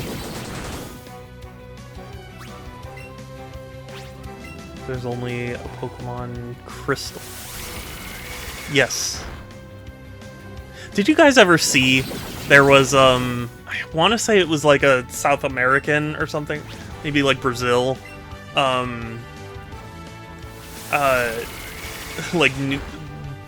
magazine or newspaper or something that reported the third version of Pokemon, because it was Pokemon Sword and Shield at the time. So they reported that the third version was going to be Pokemon Gun, and it used like some fans mock-up art of like Grookey holding a gun. It was funny.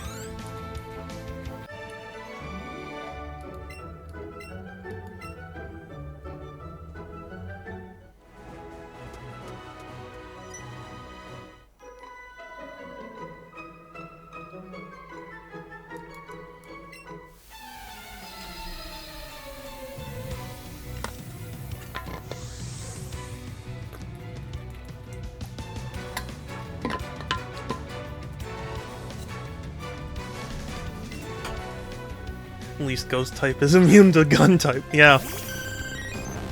Well, Gun type moves are how you get a Ghost type. What about Pokemon has some tits and feet? Yeah.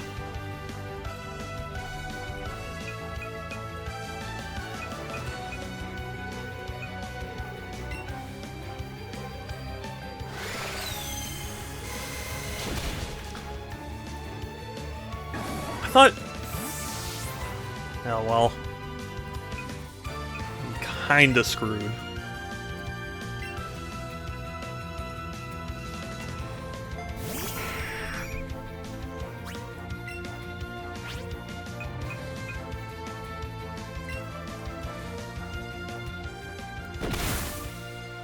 Oh, I am beyond screwed.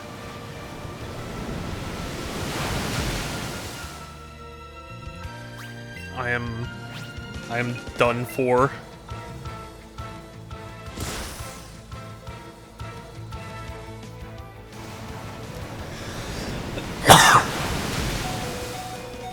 Whatever happened to Pokemon personality? I also found out because my Pokemon Platinum is special here because it's in a black box American copy. Interesting.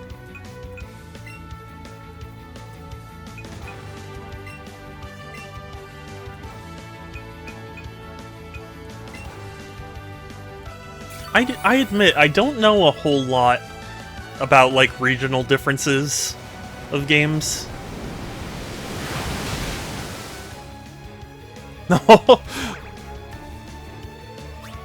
Pidgeot, you legend. Pidgeot? Pidgeot? I was never clear how to pronounce that. I can show you, sure, yeah. You know what, was a super cool gift that I got? Groovy gave me the European, I believe, version of Diddy Kong Racing. That was super cool.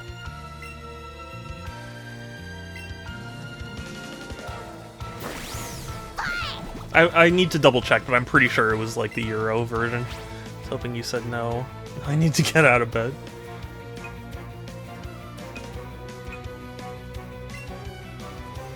You played yourself.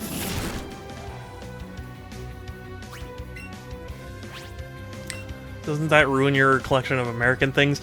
It's not that I'm specifically hardlined about I collect the US versions of things because it's where I live. In an ideal world where I win the lottery 5 times in a row,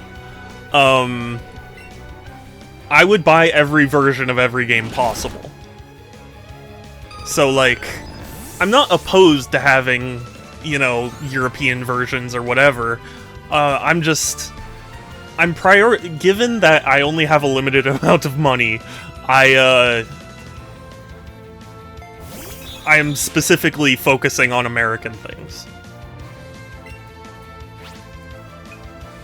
And hi, Groovy, it's good to see you. Hi. How are you doing? But it was a super kind and cool gift, and I'm still very happy every time I see it. So thank you, Groovy. Specialize in collecting the UFOs. Yeah, right? You joke, but that is what Woot does. My deal guy, Wario64, he whenever there's like a Woot sale for video games, he's always like, be warned, this is probably the UAE version.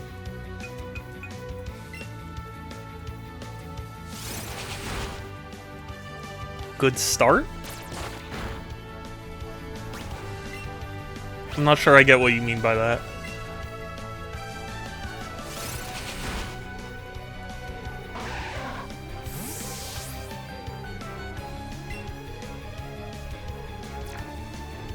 TKC or RHD is on Move It. Yeah, it is a good deal, but I'm assuming that's the like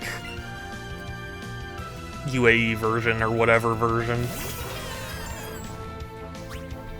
It's funny, on Amazon a long time ago, I remember seeing copies of the Mario and Luigi games on 3DS, but they were like the World Edition ones, which means like UAE and whatnot.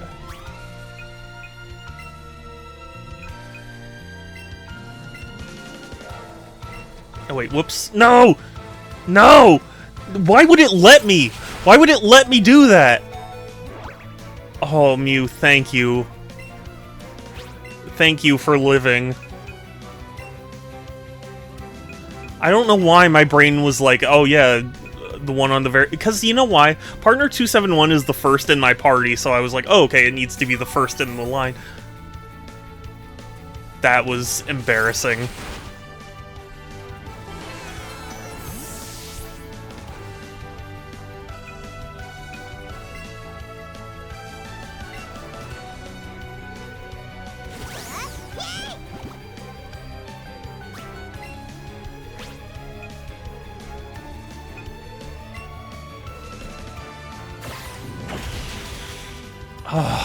Well,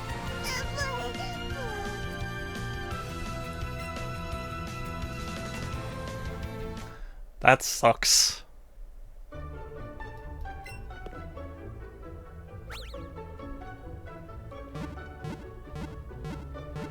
I'm gonna replace at least one of my Pokemon.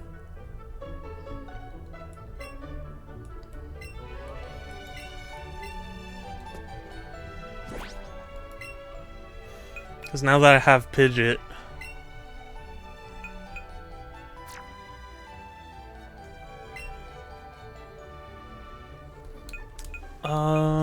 who do I want?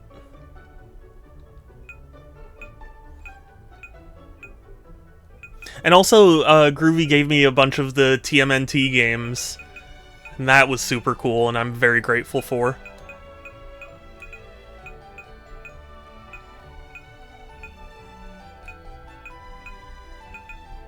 I'm not a big fan of any of the Pokemon that I have right now. Did you see that Amazon started swell? Yes, yeah, and they started selling Switch 2 games again and stuff. Whatever was going on behind the scenes, they finally, like, resolved it with Nintendo.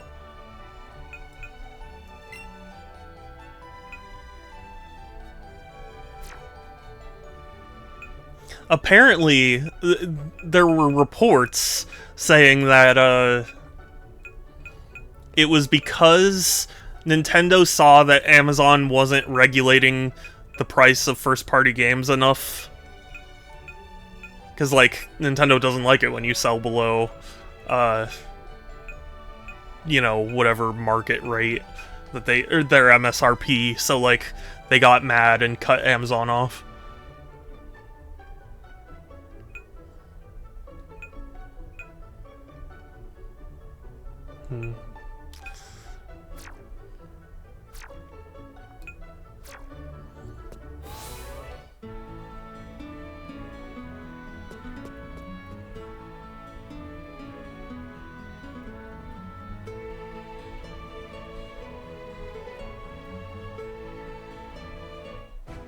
Personally, I always thought it was a stupid thing that, like, I don't know whose fault it was, but, like, Nintendo, you know, not having their products on Amazon at the start of the Switch 2 felt very, like, ill-advised. Do they not like that? Because, well, not just that it undercuts the eShop, but it undercuts all of their products, essentially. Like, if you can buy, you know, Mario Odyssey or whatever, like, a brand new game, and it's like, oh, it's 55 at Amazon instead of, like, 60, everyone's just gonna go there. And all the other retailers aren't gonna be happy because they're losing customers. And it's like, then they would have to lower their prices, and then it kind of becomes this race to the bottom where Nintendo doesn't want to sell their game for pennies, you know? Why you, let's say real DM check. Oh, you want me to check my DMs now? Okay.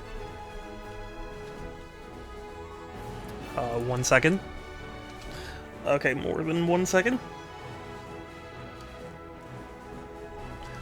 Apparently...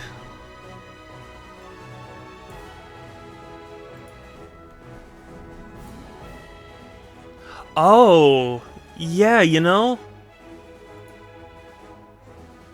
Okay, yeah, I see what you mean. And yeah, it is a pretty messed up platinum copy.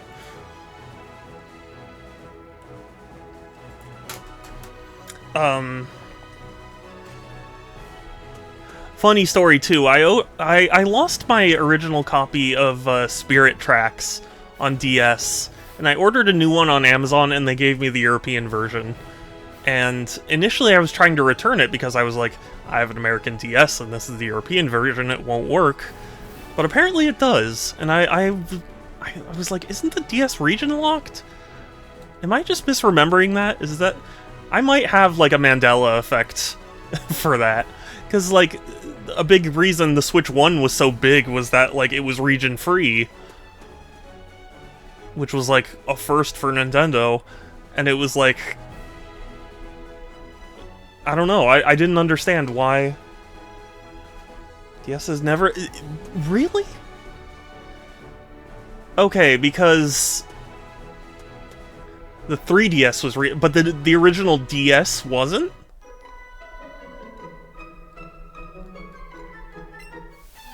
Not to mention the Wii U. Yeah, definitely. But, I mean, like...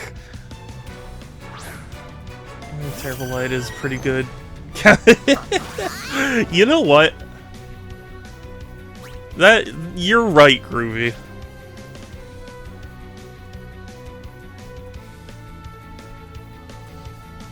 ...3DS was the first... Really? Nintendo handheld. Oh. Okay, I don't know why I was misremembering that so hard. Why can I play American Pokemon and European? No, I'm not doubting you. It's just like... I don't know why. But in my brain, it was like... The... You know... Nintendo's consoles were region locked, so I shouldn't... get them. Or, you know, I shouldn't get, like, a European version. GBA and DS were not region locked. Apparently the 3DS can play other regions, but not the other regions. Interesting.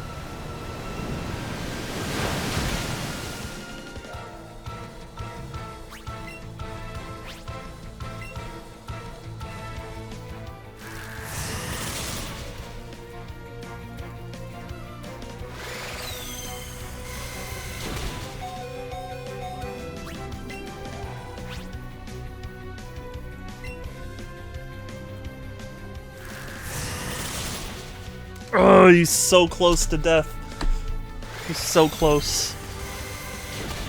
Sorry, Venusaur.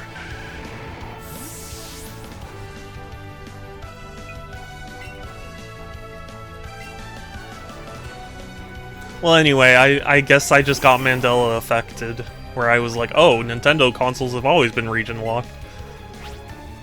Because I know you have to do some modding stuff for like the NES and SNES and N64 to be able to play other regions' games.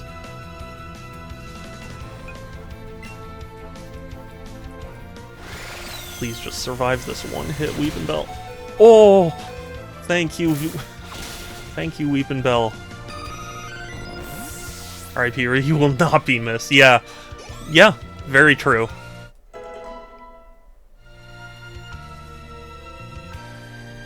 I just saw that Fantasy Life, the new one that that's out, it's getting like a physical copy in Japan.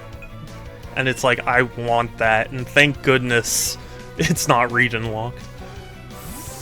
Normal consoles are almost all region locked because of 50. Oh, I guess so, yeah. Well, it also did different pins on the cartridges. Yeah. Well, also, I believe it was like, I'm probably gonna mess this up, but like, wasn't it for like Super Famicom and Super Nintendo, it was like the size of the cartridge slot wouldn't fit. Something like that. The Mega Drive region locking was only from the Mega Drive games being larger and not... Yeah, that's kind of what I mean. Like, it wouldn't fit in the slot, but it wasn't like a programming thing.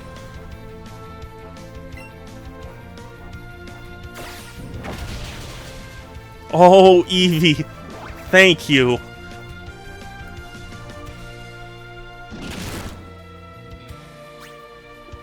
But I want to use it. Okay.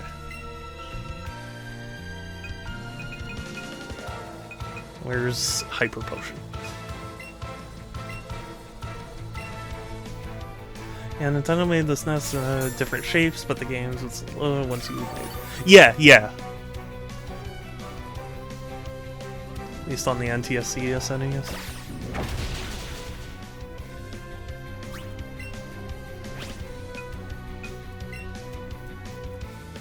Stop using jump kick, please.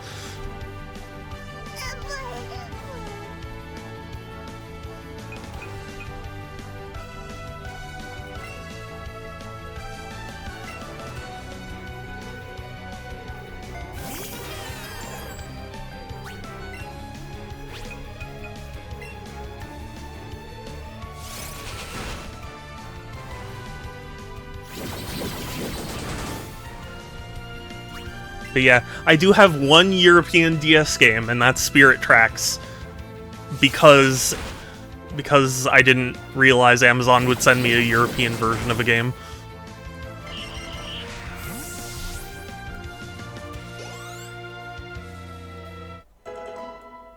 Sweet.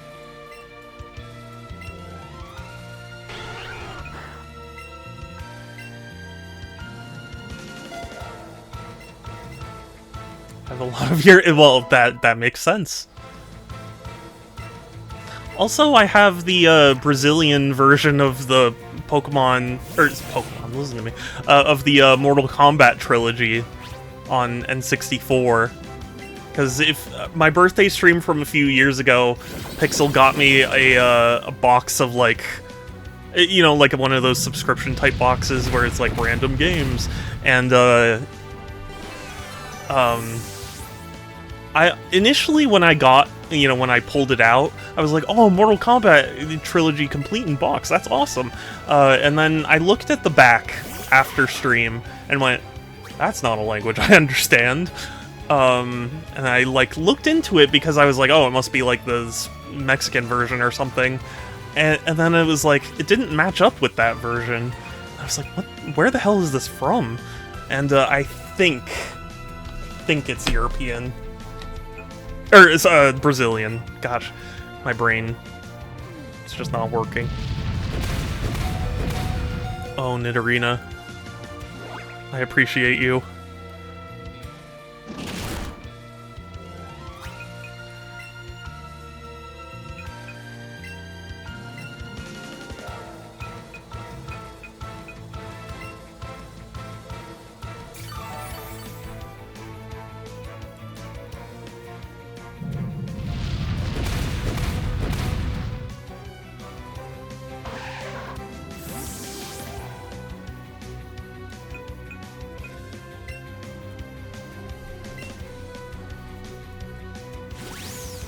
But yeah, I'm not opposed to different region games. It's just, especially when it comes to like spending money, it's like I don't really want to spend the money on a different region game if there is a local version for me, you know?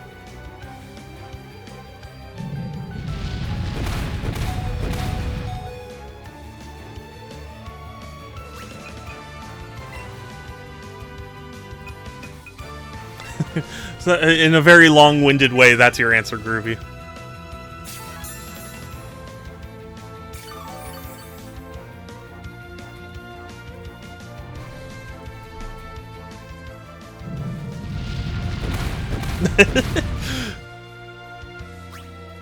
Yeah, I was saying, because you were like, doesn't that compromise the integrity of your like North American collection? Yeah, so I was saying Xbox 360, some games were specifically made region free because they knew it would sell well. Yeah.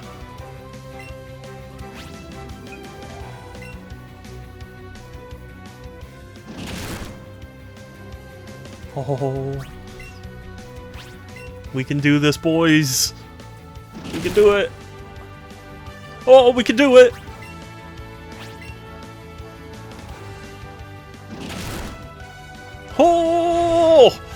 Oh, that was brutal.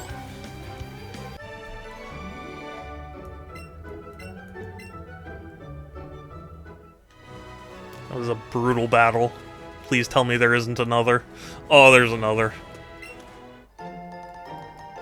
Except I could go behind him and catch this Pokemon instead. Come here, Venomoth.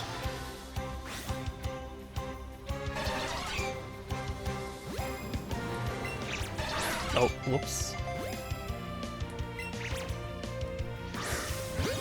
Okay, there we go.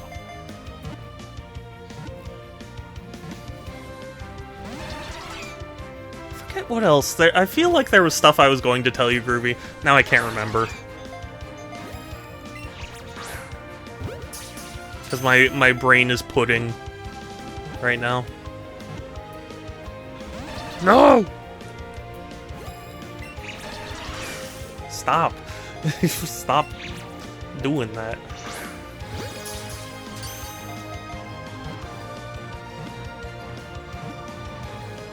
Oh, yes. Victory.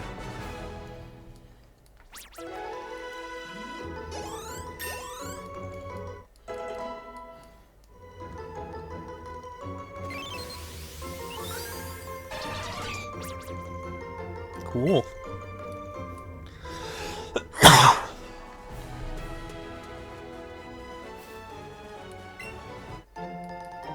And a hyper potion to replace the ones that I've been using.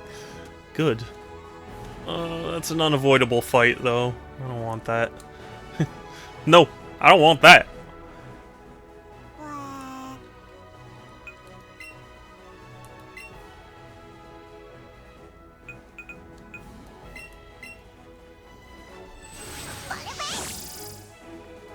This whole stream is just gonna be this route. Me having to fly back, heal up, and then go back and do a battle. If I had a bicycle, maybe this would be easier.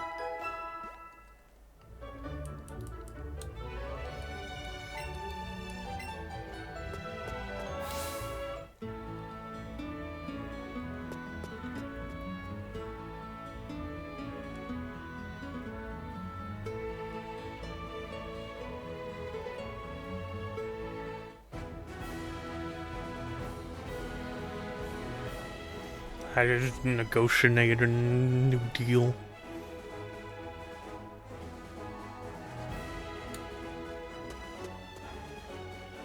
Is that? Oh, that's a Rattata. Never mind. For some reason, I thought it was an Apom, and I was like, that shouldn't be here. That wasn't Gen 1.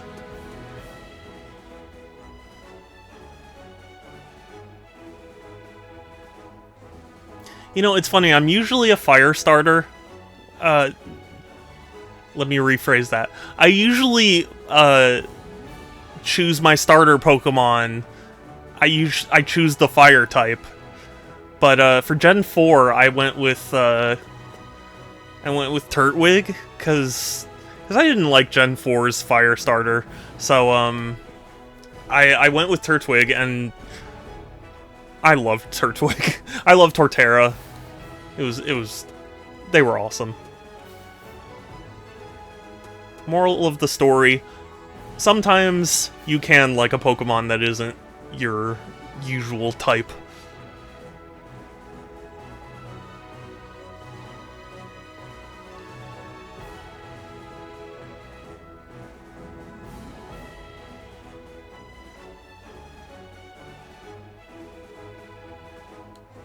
I chose Piplup.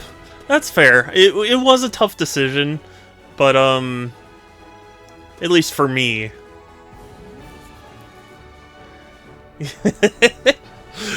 You know what's funny about that, Groovy? You know what? Actually, I'm not going to explain it. I'll tell you when you're older. Also, why is that quote 0? Or is it just labeling 0 as a random quote?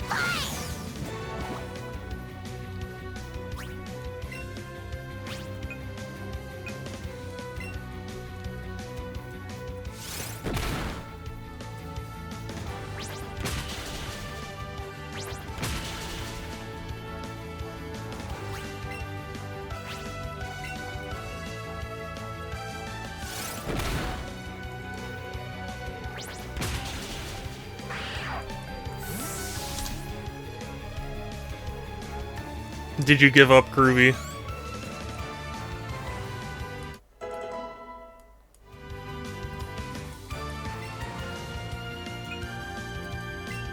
Did Nightbot best you in the Field of Honor? Or in the Ring of Honor. Excuse me. For shame, misquoting. Oh, you're gaming.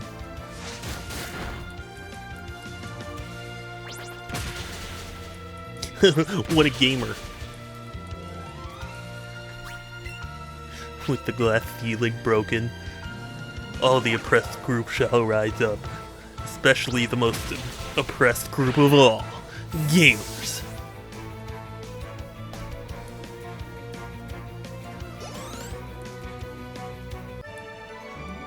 Gamers. There's a really funny bit Germa does, or did a long time ago. Where he was playing Fistful of Frags, and he kept trying to do this stupid, like, NVIDIA salesman voice. It was just, it was painful the first time I watched it, but it was hilarious, you know? Salmon Run. Makes sense. You run those salmon.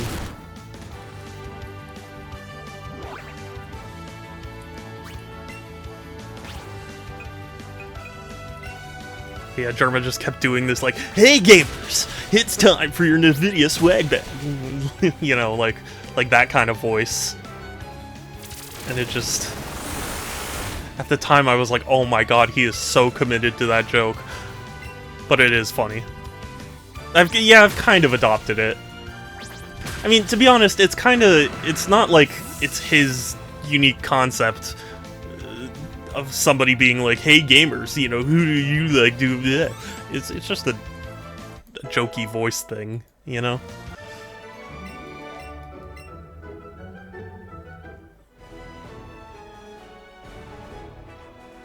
Today's Salmon Run rotation's pretty easy. I'm sorry, are you calling Groovy a scrub? I'm just kidding.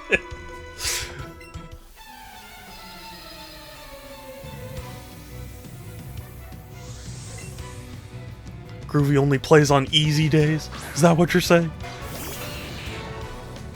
I had a game last night where we lost a player like 2 seconds in and got... Oh, jeez. Well, hey, at least you still won. That is good.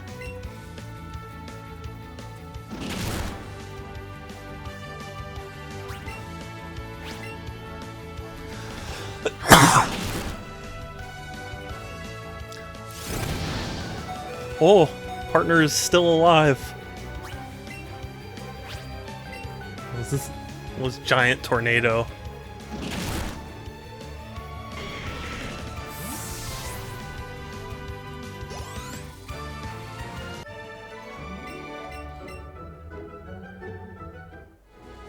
I need to play Salmon. I need to play Splatoon 3 again, just in general.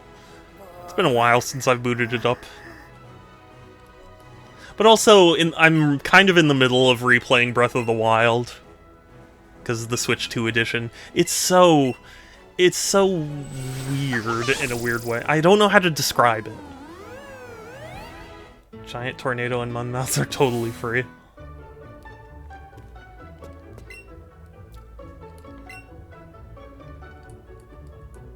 Salmon Run on Switch 2 is also amazing, yes.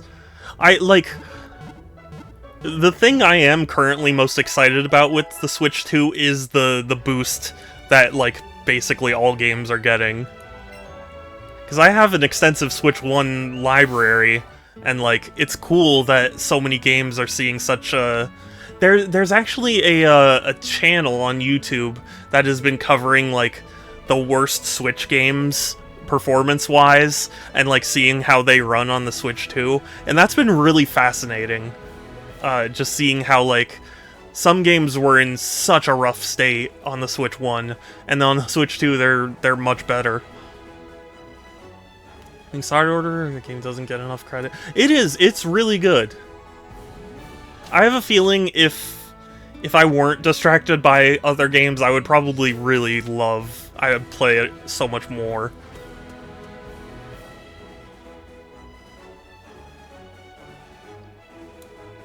But, like, I don't know, playing Breath of the Wild on the Switch 2 to me is just so weird because it's like...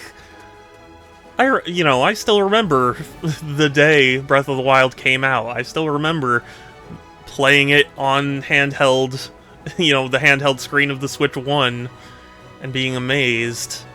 And it's like, playing it on the Switch 2 with all the, like, being 60 FPS and being enhanced and whatnot, like...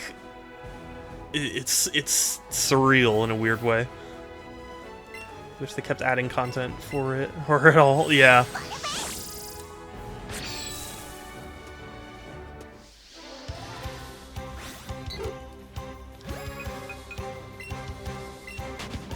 It's cereal. No! Are you serious? That's so obnoxious. What the hell? I'm so mad. I was touching that thing. That Kingler cheated me. That was not fair. Oh, I'm gonna be salty about this for a while.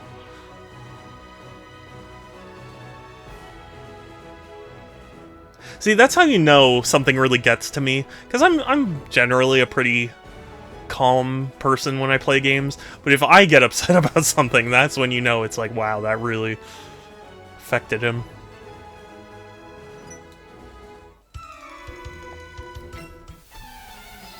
I can't believe that bullshit, though.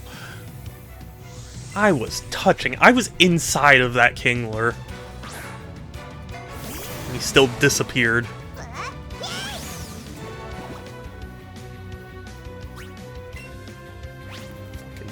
Bullshit. That's not fair.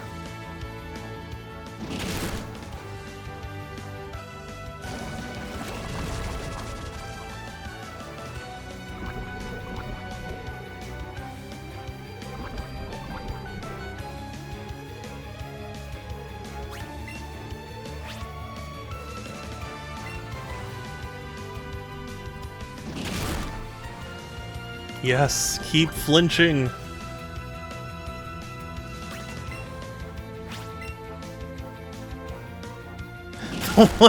Thank you. You know what? I think I want to rewatch this.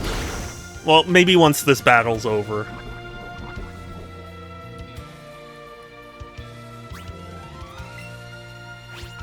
And Groovy, when you have a minute, can you put that in the Clips channel as well?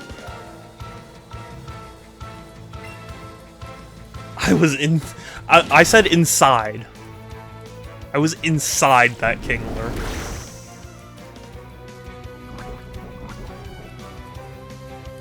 Because I was. We all saw it. Okay, I think that's enough, right? Okay, good. Thank you, Eevee. Inside that Kingler.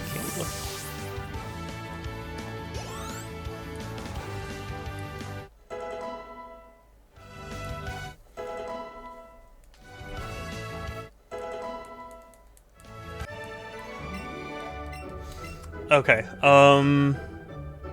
hold on. Now I gotta react. I gotta rewatch this. I'm sorry.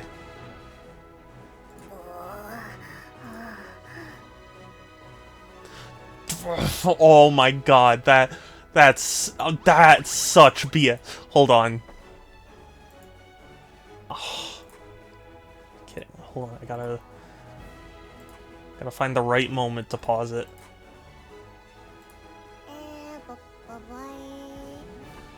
Mouse, work with me here. Oh. My face bumped into him. My face touched his claw. I'm going to eat his face.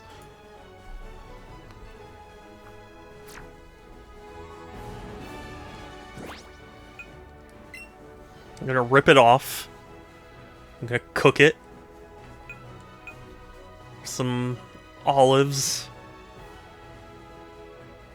Put some candles on. And I'm gonna eat it. I'm gonna eat his face.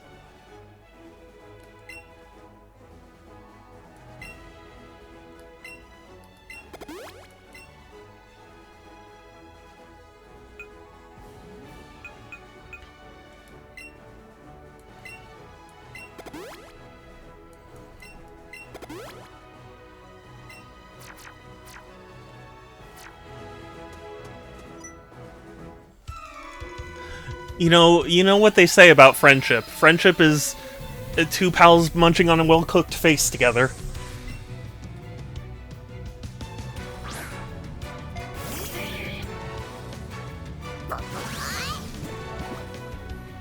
You right.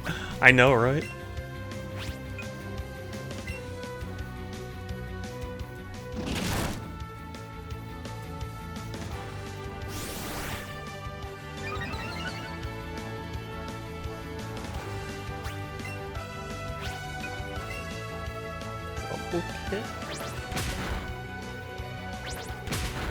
Okay, I mean...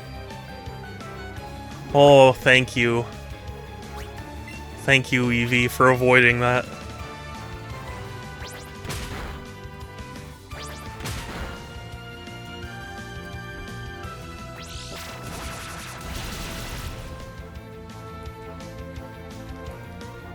Yeah, honestly, not the best move to use because...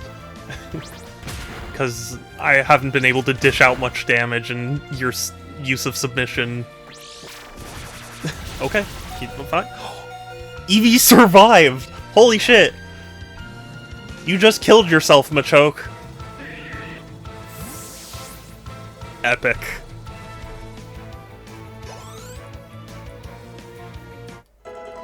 That was epic.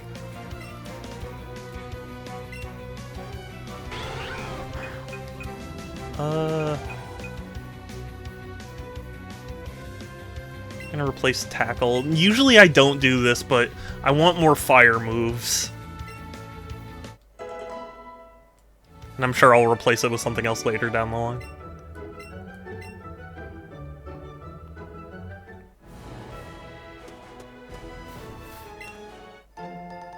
A nugget. A chicken nugget? Can I eat it? I'll be honest with you, like, I like chicken nuggets and all that, but, there's like a cult following around, like, McDonald's chicken nuggets, and I just don't get it. They're like, they're edible. I just don't understand. I mean, I didn't eat a lot of I didn't eat McDonald's in general as a kid, but,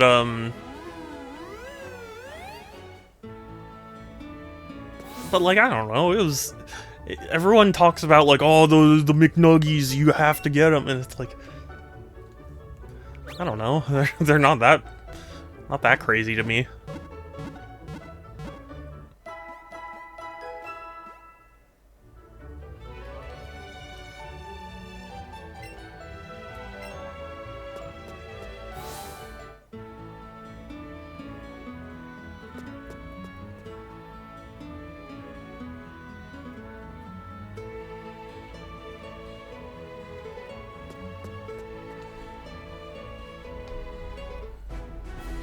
I tried the chicken tenders that just came out. Not as good as the original.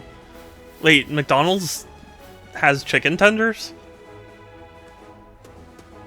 Say that's by not as good as the originals by a long shot. That is crazy, though.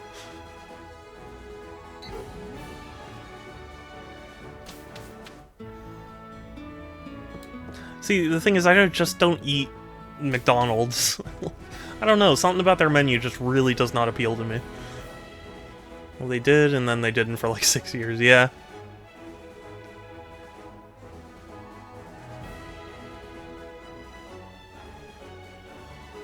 But yeah, my family basically never went to McDonald's. I think the only time I ever had McDonald's as a kid was one time at an airport. It was like the only restaurant open, because it was like really early in the morning, and, oh, you see these Kinglers? Dude, do you see these Kinglers right now? Hold up, hold up. Fuck whatever I was saying. These Kinglers, though. Yes! Yes! Okay, what was I saying? McDonald's. It was like really early in the morning. They were the only ones who were open. And my mom got, one of their, like, breakfast sandwich things. And she let me have it, and I was not a fan of it at the time, just because it was too... Like, the egg was hard for me, because of sensory issues. You know what? I was fully prepared for it to do that.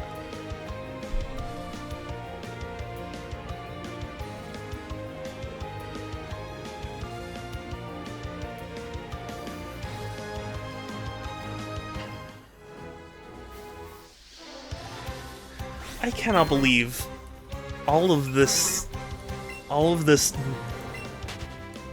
nonsense. These Kinglers, seriously. Snake. We've got a huge-ass problem. What is it, Colonel? That bird's priority is sky high. Personally, I think he prefers the air. Shout out to anyone who knows that reference.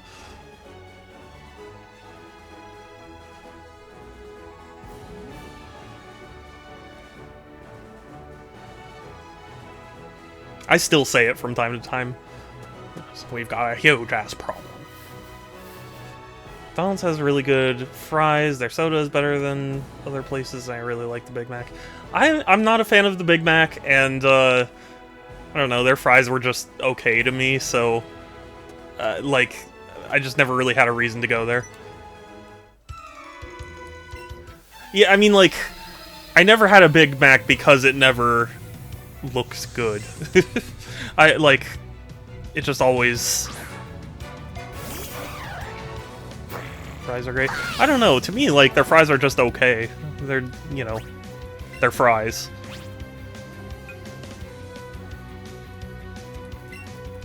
Give me Snake as a pet. For some reason, don't like the Quarter Pounder.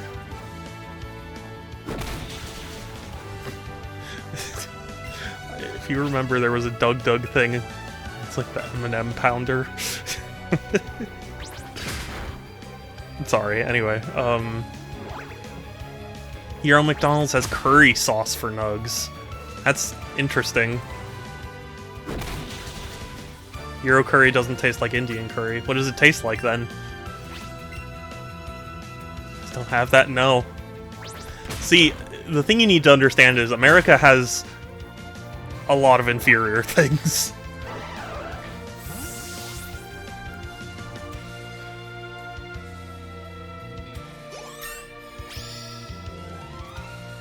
Sweet.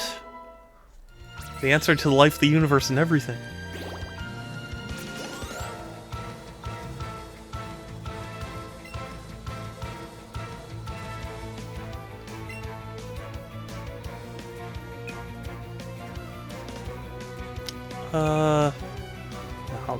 I'll keep the Eevee out. We have Ranch, the European guy.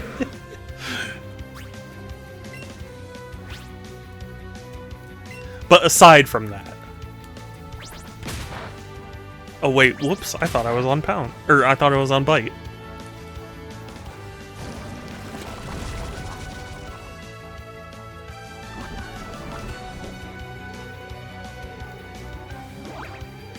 Thank you, Eevee.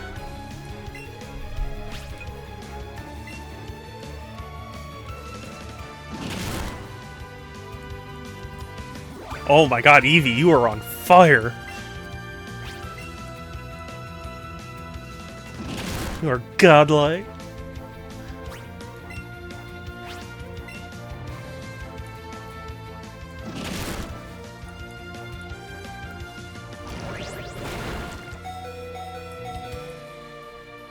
It's like, I think I've told this. I think I may have even told this story last stream, but my New Zealand friend came to America and was like, "What are all the, you know, good like fast food burger places?"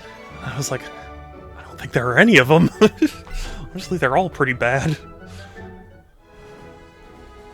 I mean, if I had to choose one, I'd probably choose like, I guess Carl's Jr.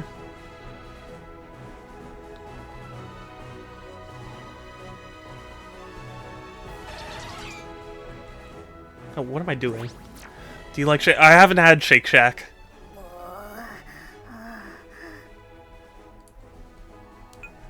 Well, don't worry. You're gonna get healed up.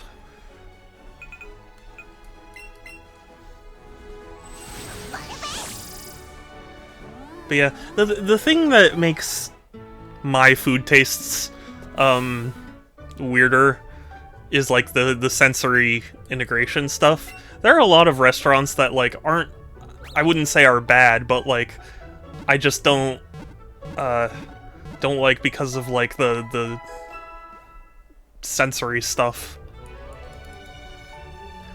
For a long time, like burgers were very hard for me in general to eat because oftentimes people would put like pickles and tomato on it, and I don't like those. Like it just overloads me.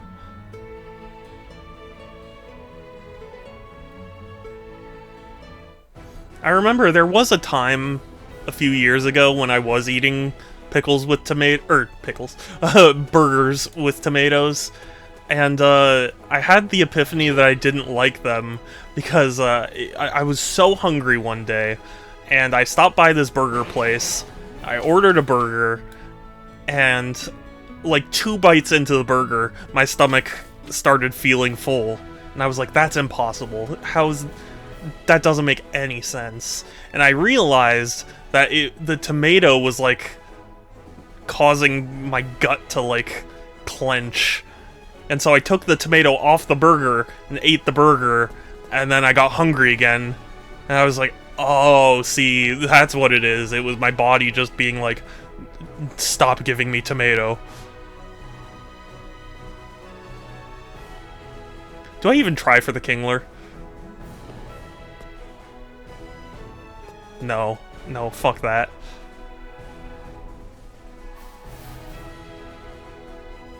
I've been burned one too many times before.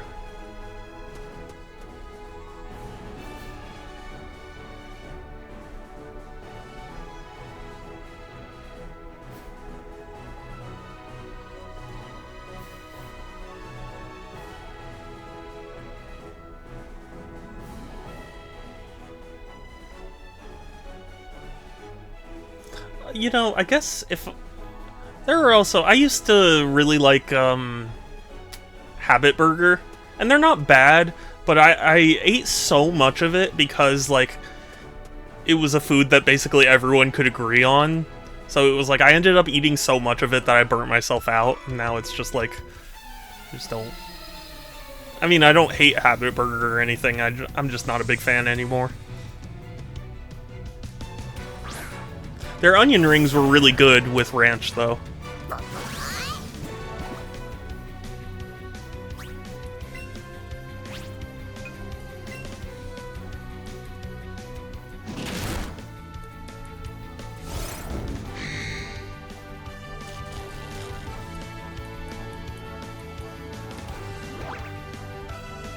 Thank you, Eevee.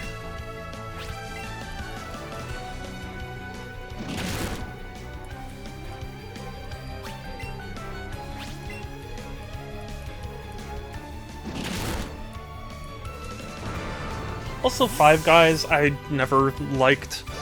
It wasn't, like, bad. It was edible, but I just thought it was, like, it's not worth making a trip for.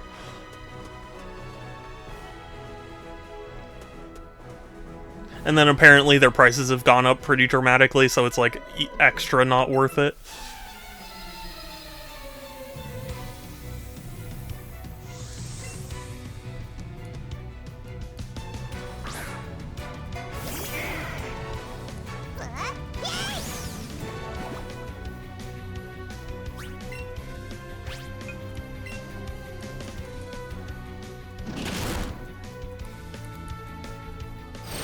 Executive 530 at the moment.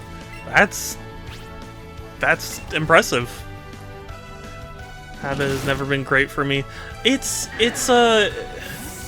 been good to me for a while, but like after having so much of it, I just really got sick of it.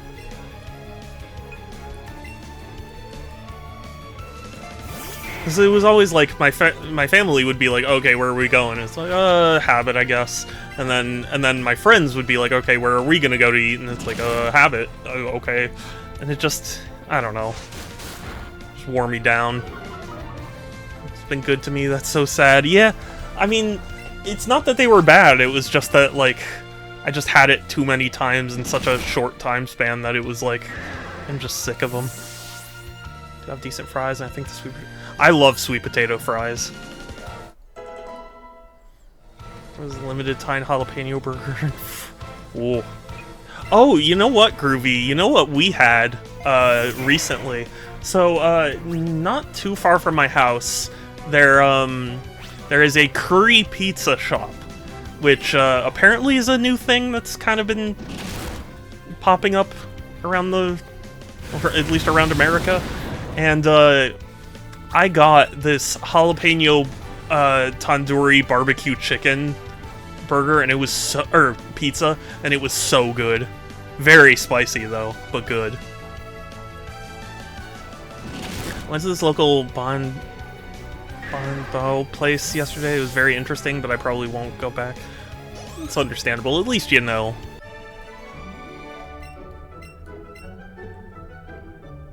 My parents went to, there's a restaurant we live very close to that we always said was cursed because, like, no business was ever successful there. And then, this one, like, hoity-toity kind of restaurant popped up, and we were like, oh, that's gone. Like, no way that's gonna survive. And it has. And so my parents went there, and they were like, it's not that good, and it's way overpriced. It's like, why is it surviving, then? Hell yeah. First catch.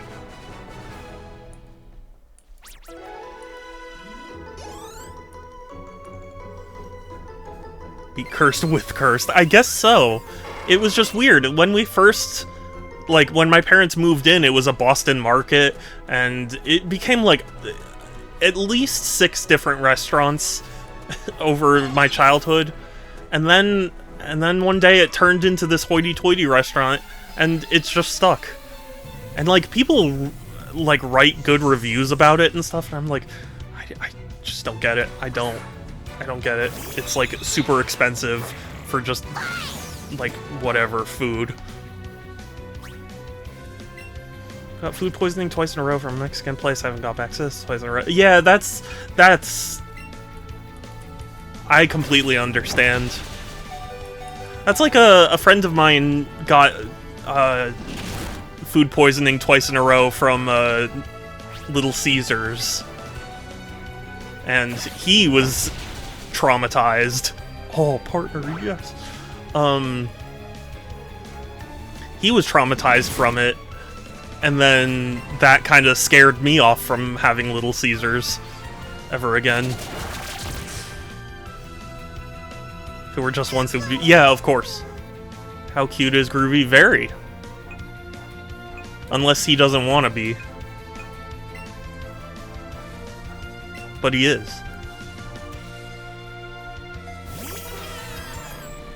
How uncute. I don't know, I don't think I get to make such statements about myself.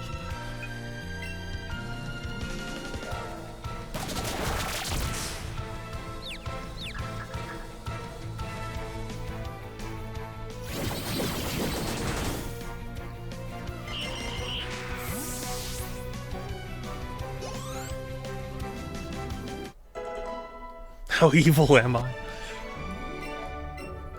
Pretty. But,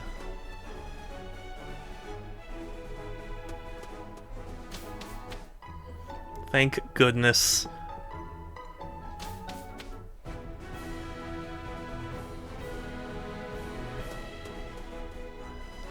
I've been... I've been walking for so long. Eevee. Slowpoke.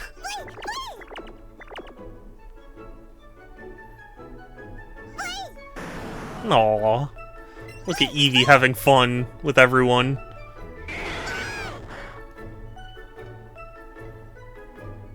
Aww.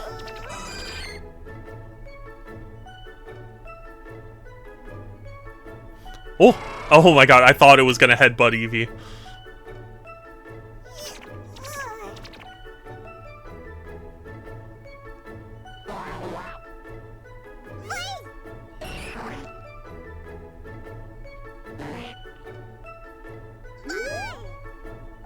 But yeah, Groovy, if you ever get the chance to have curry pizza, you should. It's really good.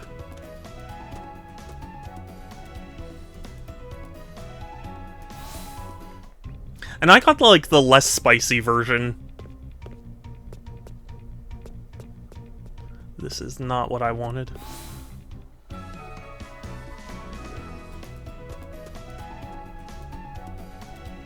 What I want to know is where's the Poké Center? There it is.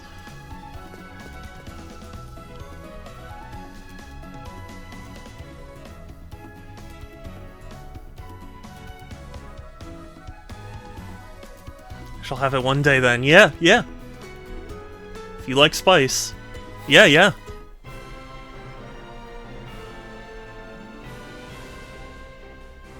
Even just the regular spice level was a lot for me. Granted, it did take a little bit to build up, but...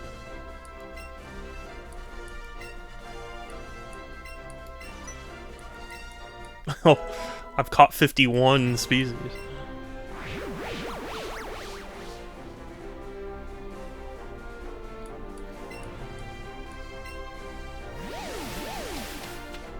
Cool. At least every time I see that, he looks just like me. Nope, not yet. Not ready. Why is it so hard for this? Just give me the Poké Center. This is akin to your Peruvian steak or spicier. Oh, it was much spicier. It, the Peruvian steak, the first time I had it, was very spicy. The one we made, or the ones we've made subsequently take, like, time to build up. I don't know what changed.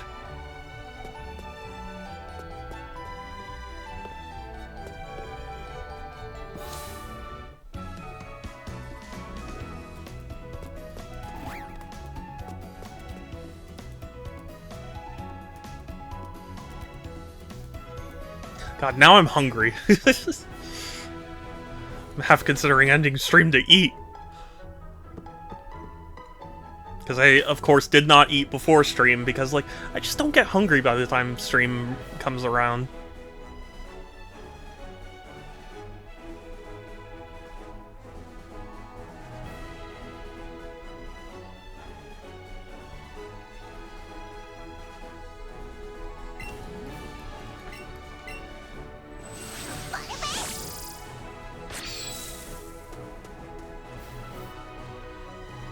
You know, part of it might be just that, I get, like, anxious about streaming. So, like, my body just kind of doesn't tense up or whatever. Surf. Surf is a TM? I definitely thought it would be a, ability for Eevee to do. Maybe it still will be.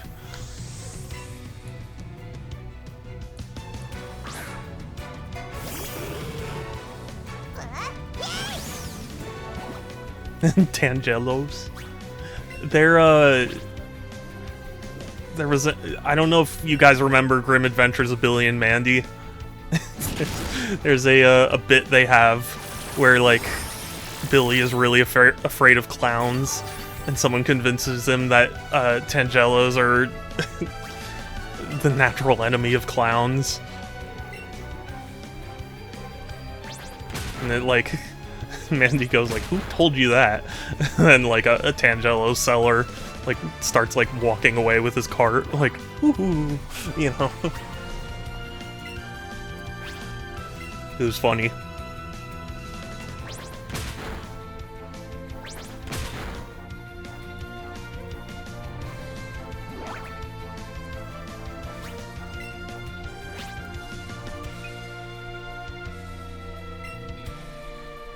I don't know if I mentioned, but I rewatched Monty Python and the Holy Grail with my family, and I forgot how much I love that movie. And it's funny how your brain warps certain things, because I would have sworn there was, because in the scene where God commands Arthur to find the Grail, like, there's a part where Arthur goes like, "Oh, great idea, Lord," and then God goes, "Of course it's a good idea." I would have sworn he said, "Of course it's a good idea, I thought of it." But he didn't. He doesn't say that, and I don't know why. I don't know at what point I got that in my head, you know?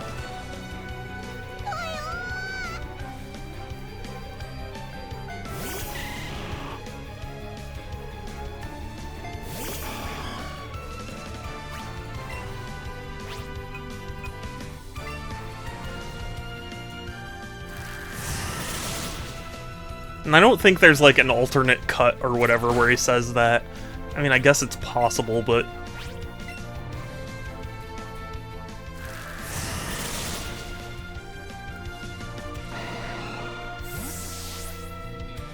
And I also completely forgot about the Castle Anthrax scenes. Those are so funny.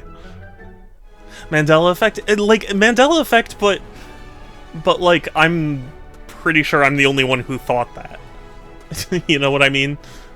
Because, like, Mandela Effect is, like, multiple people, right? Having the same thought.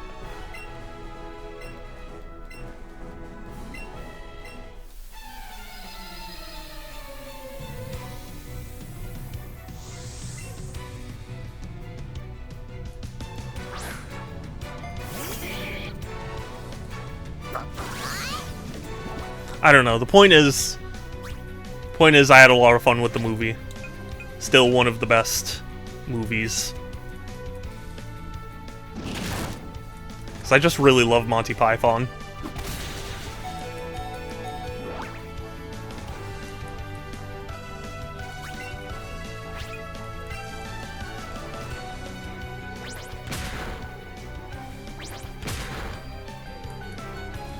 Honestly, all of the Monty Python movies are good.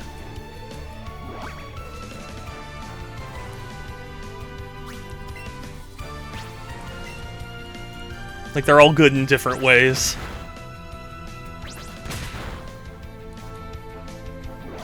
Thank you, Eevee. Ooh. Eevee, you did good work toughing out all of those attacks.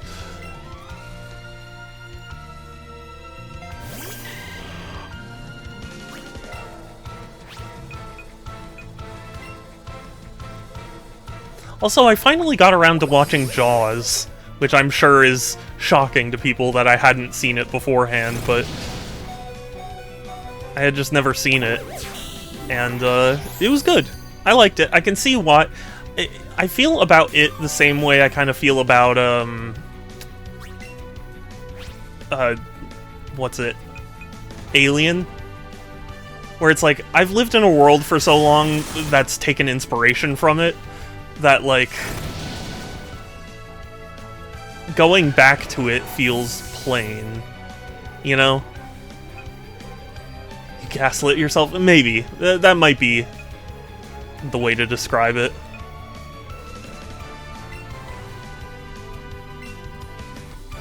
Never watched Jaws. It was good. It's not like the sort of movie where I was like, oh, I need a Jaws 3 and 4, but, like, you know, it's fine enough.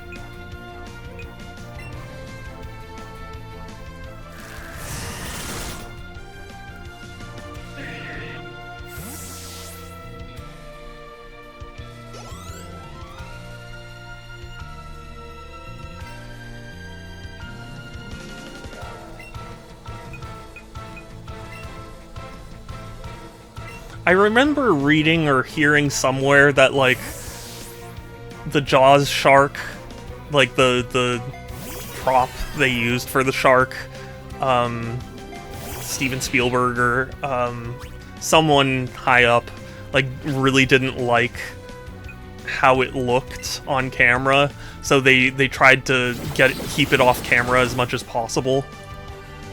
And, inevitably, I think that helped more than hurt the movie. Which is weird. It's funny how art works like that. Like, you think to yourself, like, damn, I didn't get to do exactly what I wanted, but it ends up kind of benefiting your art, you know?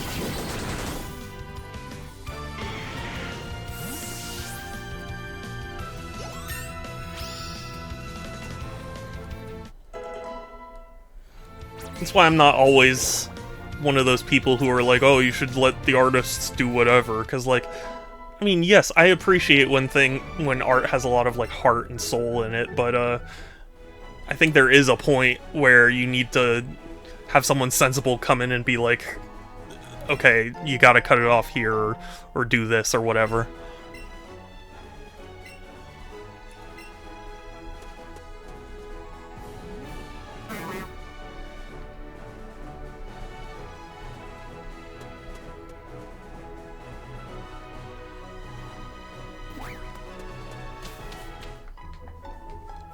Which is kind of, I mean, I haven't played it, but I kind of feel that way about Death Stranding.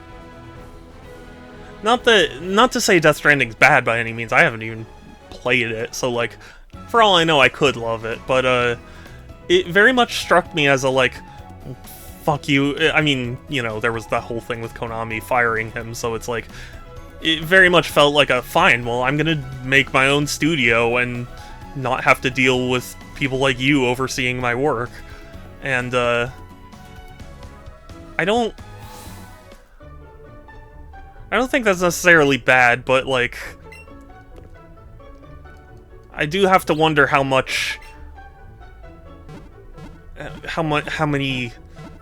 or, like, how well they keep Kojima in check, you know what I mean? If at all. I saw there was, like, a clip people were sharing for Death Stranding 2, where, you, like, look up in the night sky and one of the constellations is Kojima's face. And it's, like, it's cute in a, like, yeah, this guy really is just having fun with things, but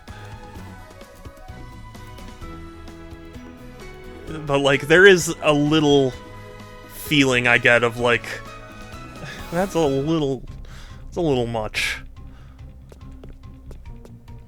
Are you playing your Nintendo Switch? That's awesome. I have a Switch too.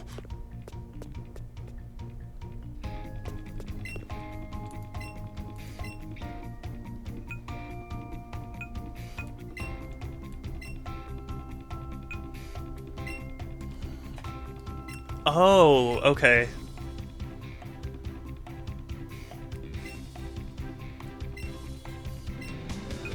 Okay, so this is just Pokemon Go integration that I am not going to use.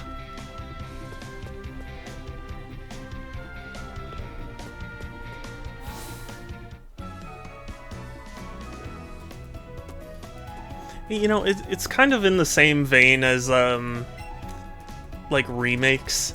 Because I've always hated the argument where people say, like, oh, they would have made this game like this if they had the technology, and it's like, yeah, no shit, I would make a game that's, like, crazy if I had access to the technology, but I don't. I made the game I did with the technology I had. So, like, I've never really liked the argument, like, oh yeah, I would love to create a super detailed, hyper-realistic universe where there are also, like, space battles and shit, and it's like, but, you know, I don't have access to a computer like that. The Starship Enterprise hasn't been invented yet, so, so it's like, you have to rein it in at certain points. I think there's a lot of nuance to this. Yeah, oh yeah. I mean, I don't mean to come off as if, like, I'm only, you can only experience things one way. But, like, I think the thing that bothered me was, like, Final Fantasy VII Remake. I hear it's good. I'm not trying to, like, trash it or anything, but to me it's like, if you're a fan of Final Fantasy VII, I don't think that automatically makes you a fan of 7 Remake, because they're essentially different games. You know what I mean?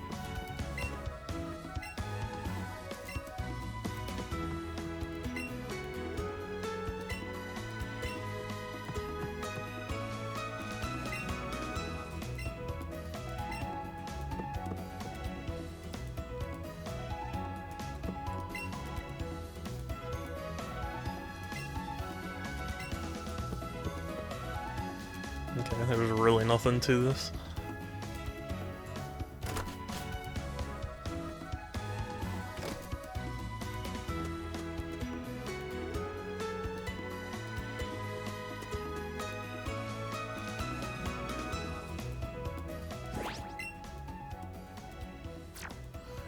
There is this argument that limitations lead to creativity. I think it's much more complicated than that. Yeah, yeah. I'm not gonna pretend like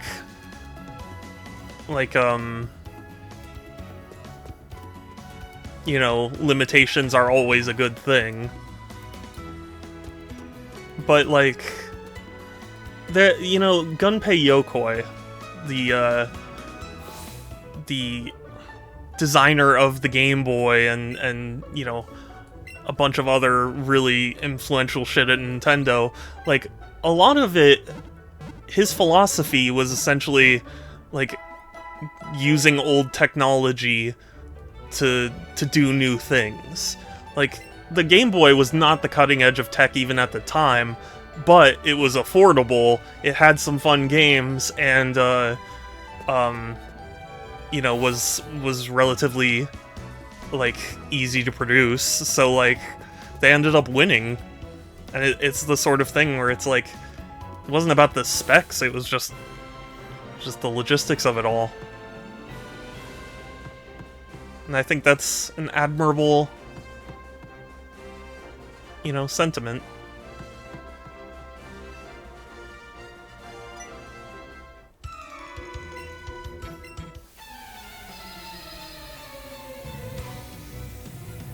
I mean to straw man your argument. Hope it... No, I didn't think you were doing that.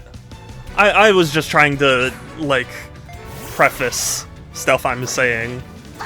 It's like, I don't want to give people the impression... Oh, heck! Thank you so much for the follow! I really appreciate it. Augustin Wees? I apologize if I mispronounced your name. But, thank you. I really appreciate the follow. I hope you enjoy Pokemon. I've been enjoying this a lot. I did play Red originally, so... I'm already somewhat familiar with this game. But obviously, I never beat this game. This is farther than I got before. And yeah, we were just having a discussion of what we would like to... Or, you know, what we think about games and creativity and all that.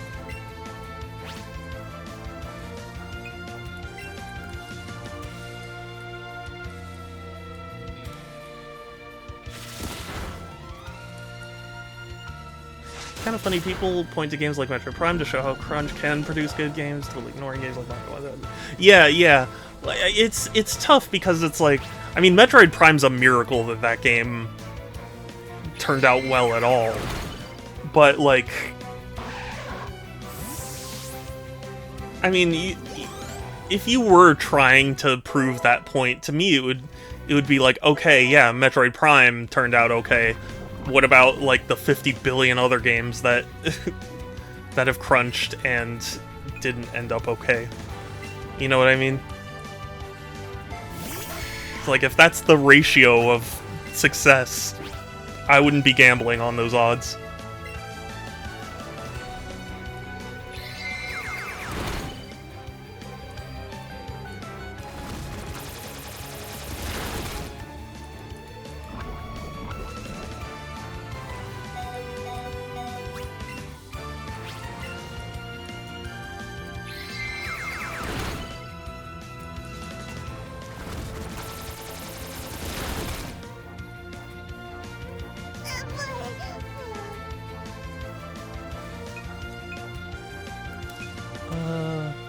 Mew.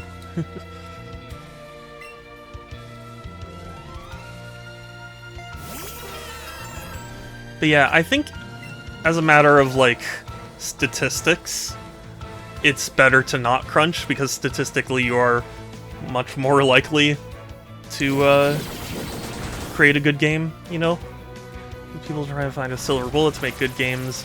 Like a fancy new management strategy or whatever often just blows up in their face. Well, yeah, that's kind of what I mean. Like,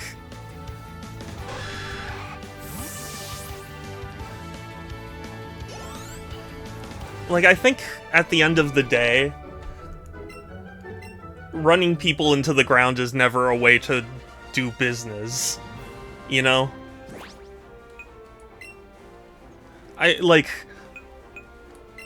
Are there, you know, things that you can do? Probably, but relying on like a Metroid Prime level outcome to me is just begging for trouble, you know?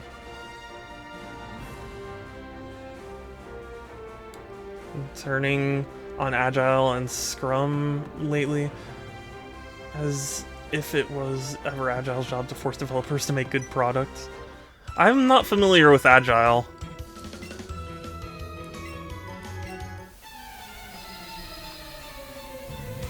I guess ultimately the point I'm trying to make is, like, games are an art form to me, so when you try and squeeze it, you really risk losing, you know, what will make it good. And yeah, schlock might turn out a profit for the short term, but I think long term it really doesn't have benefits.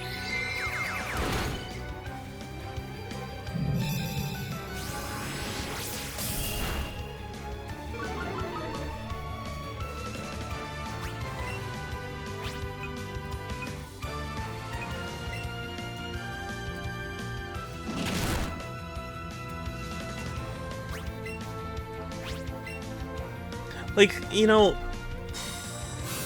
I don't exactly know how to formulate this argument. Scrum is a methodology for making products like games. My dad is actually a Scrum trainer, so that's why. Yeah. If I remember correctly, I actually saw your dad's website, and like talks about him training that vaguely, if I remember correctly.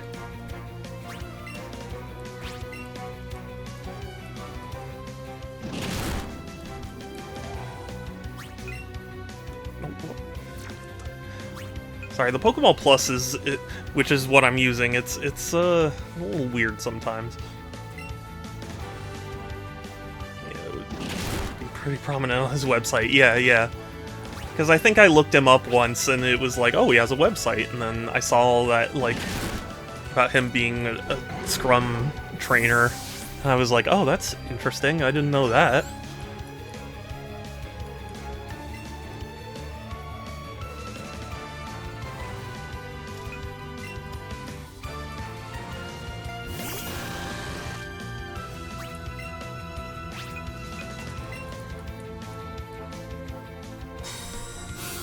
Okay. You protected yourself. Congrats. Still biting you.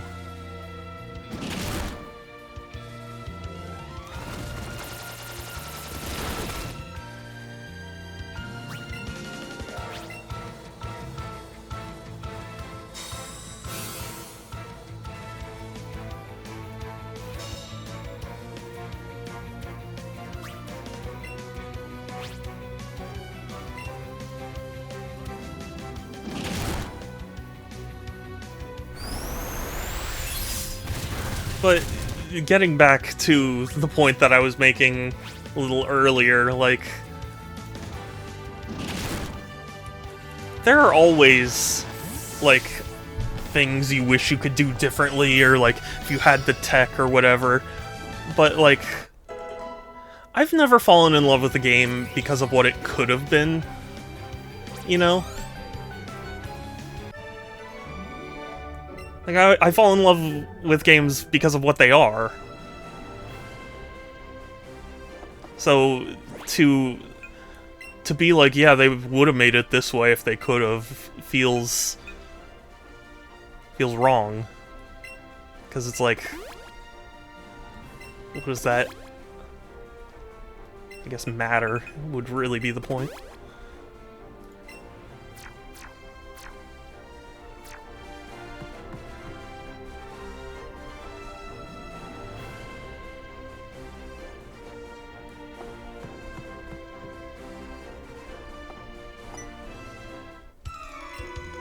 Okay. I legitimately walked back in front of him because I was like, what, are you not going to say anything? And he did.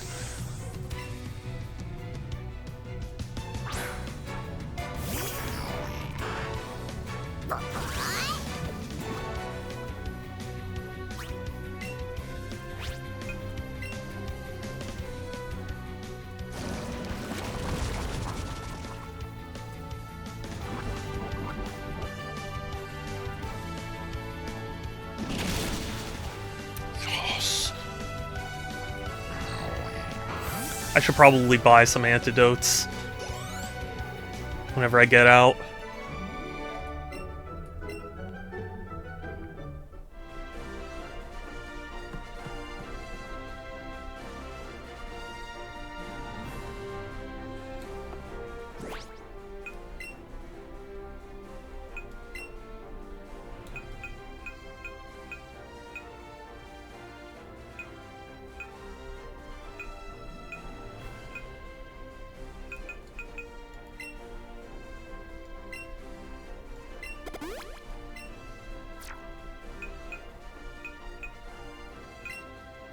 Nope, not not that.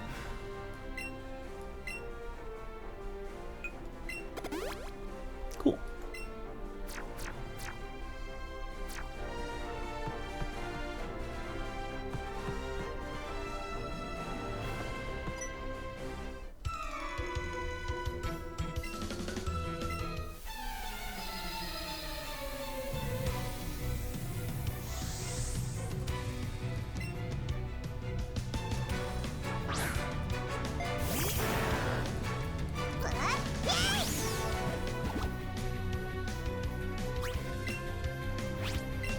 No. Oh well, it's not a big deal.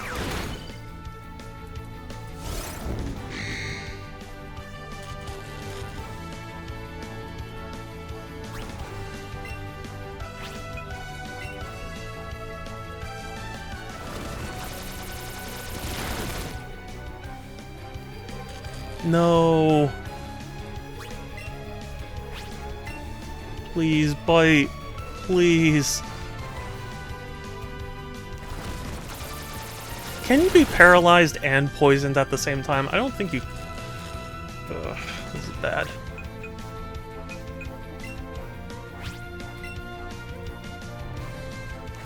I don't think you can, but... Oh my god, okay, I thought...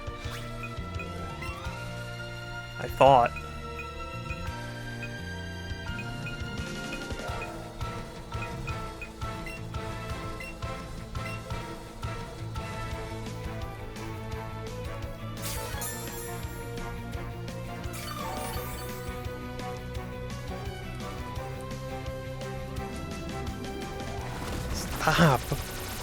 Stop this. Oh, thank you, Eevee. Thank you.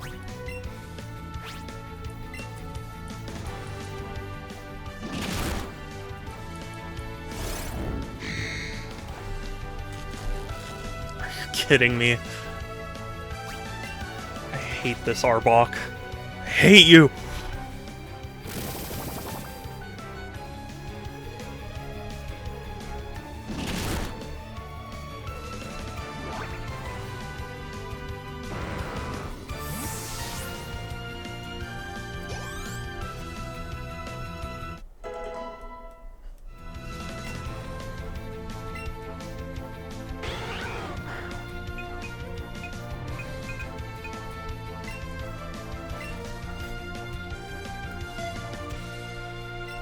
Fire moves.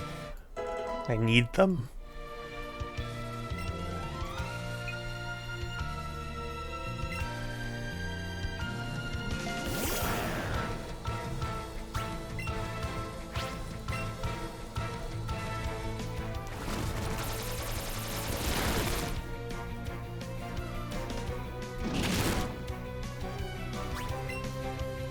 Just bite him. Bite his ass.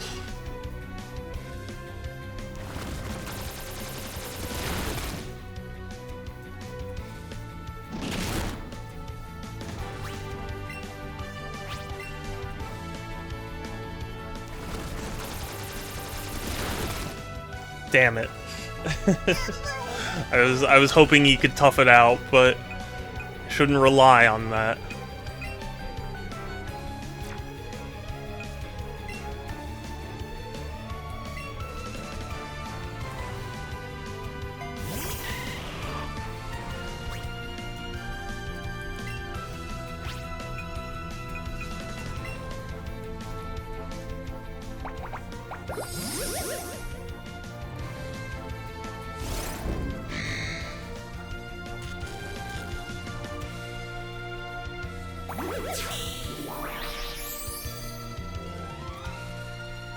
Oh, it just occurred to me, Venusaur might just die from the next move.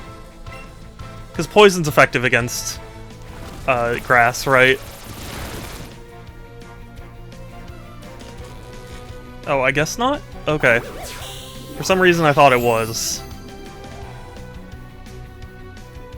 Let's forget what poison is weak to. Yeah, there are some I've memorized and some that I just totally forget. And I couldn't tell you why.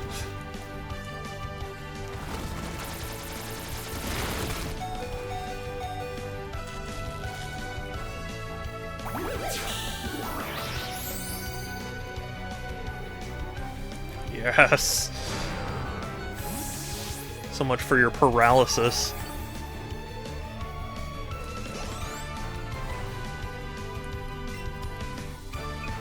This guy with the Arbox. Stop it. Poison is super effective against grass, but it's weak against other poison types. Venusaur's grass poison. Okay, that explains it. Because I was thinking to myself, like, did I just get Venusaur killed because, because he's gonna use a poison attack? And I just got Venusaur killed, but it wasn't because of that.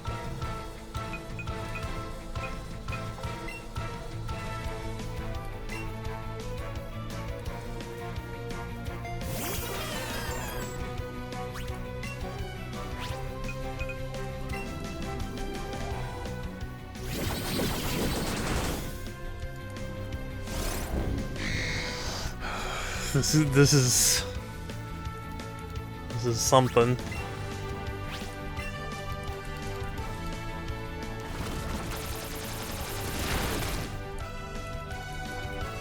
I remember in, I believe it was Pokemon Black, there was a, because they give you like a watch, so you have like different little widgets on the bottom screen, and there was one that like, it was like a type matchup calculator, and I used to really like that.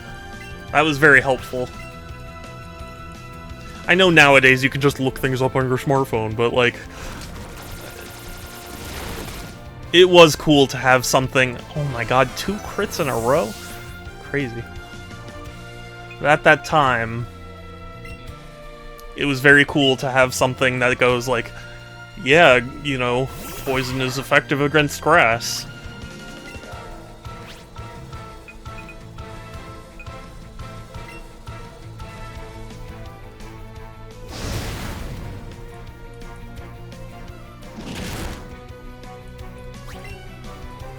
I remember I had a type matchup card for Heartful Strategy Guide. Oh, really? That's cool.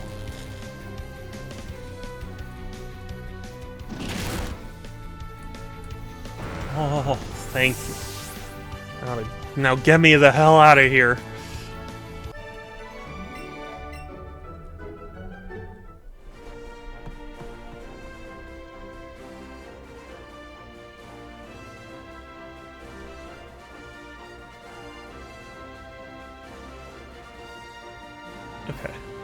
Okay. I need to go to the Poké Center. And also to,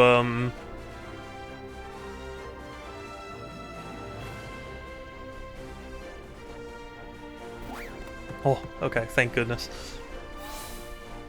600, baby! Here comes the money! Here comes the money! Have you ever seen... I think it's a Donkey meme, where whenever he brings up Knack 2, there's a song that comes on where it's like, here comes the money!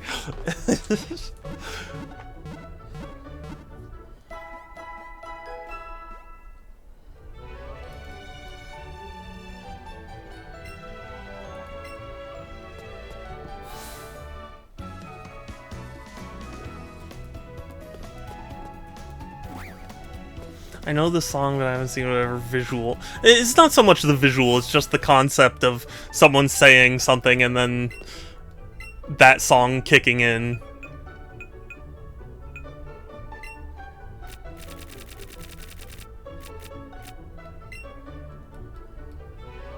Money, money, money. Yeah, that song.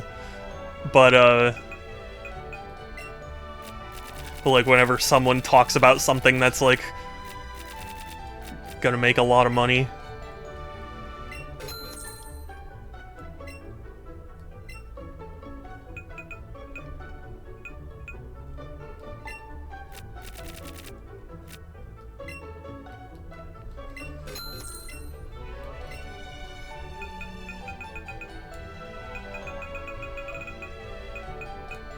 It always bothered me that they didn't sell ethers. Or, elixirs, rather, not ether.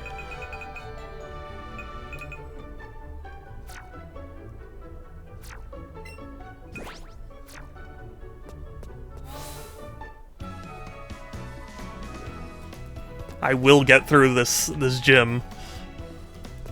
I'll do it.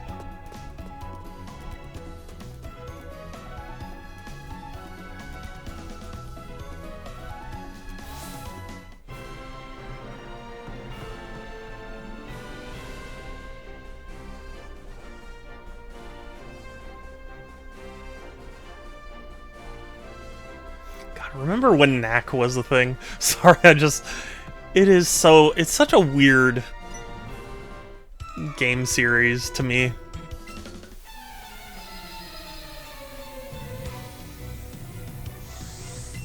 I haven't even played them, but I just know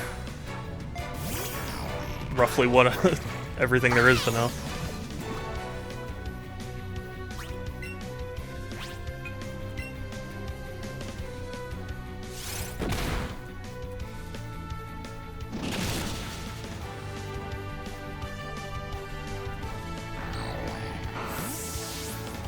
Good.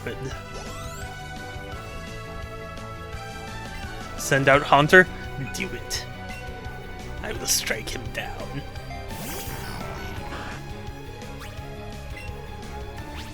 Do it. Bite him. Chew it.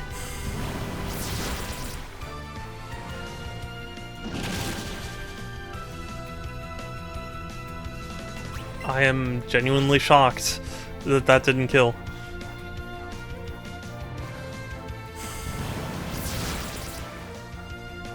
My bad. My bad, slime.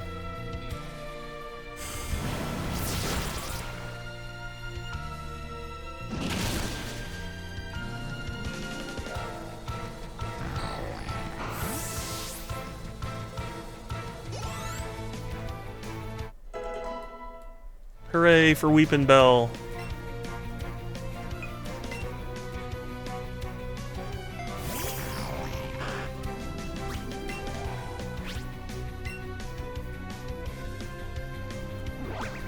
Oh, just to finalize the point, that song is what I imagined was playing when you said Executive 600.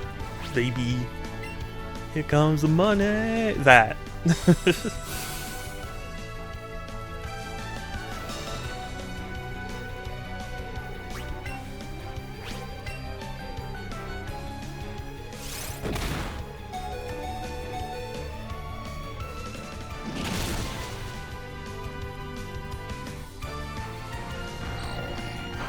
Sweet.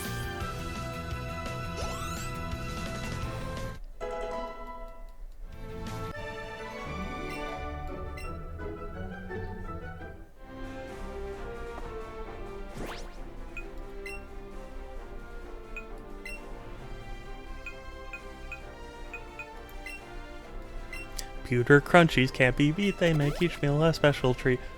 Sorry. I saw pewter crunchies and I just couldn't get it out of my head.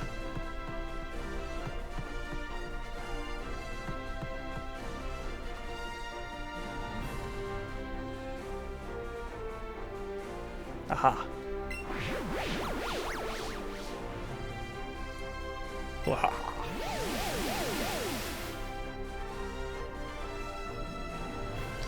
A child like you dares to challenge me. The very idea makes me shiver with mirth. Very well, I shall show you my true terror as a ninja master. By sending a Pokemon out.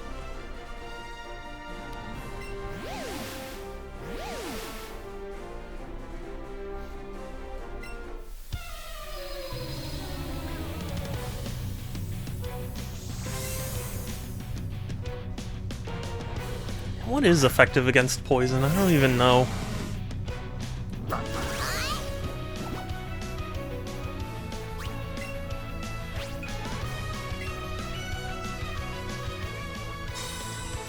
Protect nonsense. Ground and psychic. Okay. I appreciate you telling me.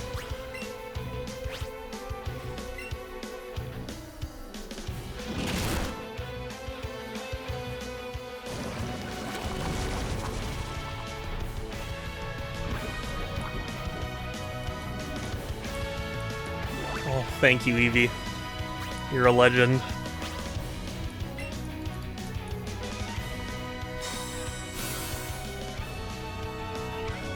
Sorry doing the laundry. No worries. Hey, Cat. It's good to see you. Hi, hi.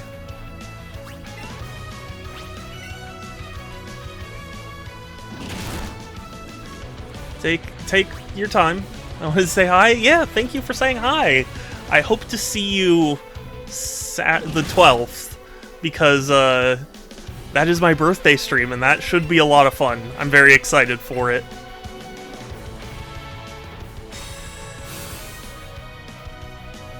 And there may or may not be some Steam game giveaways.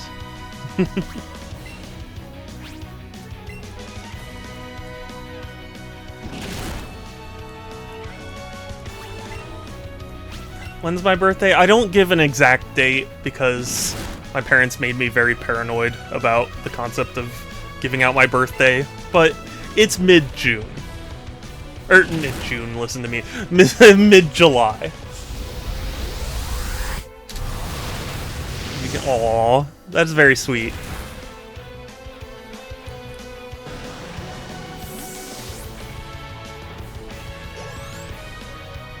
R.I.P. Wheezing, yeah.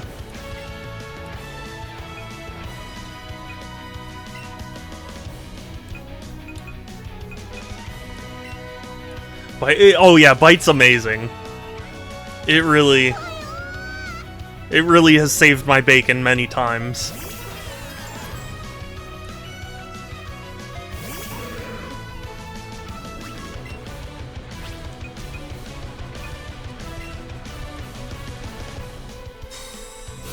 It'd be funny if there was Pokemon were more likely to refuse. You know, that would be funny. It would be funny, but also I could see how it would be frustrating. Because, like, Psychic's the sort of thing that... Psychic. Explosion's the kind of thing you use, like, when you're about to lose. So if the Pokemon said no, it's like, well, then you're screwed. You know what I mean? Weepin' Bell, yes!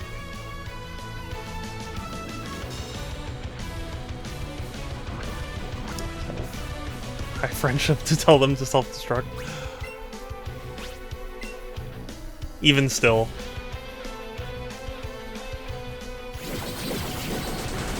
I could see why it would get annoying if you're like, explode! No! You're about to die! No.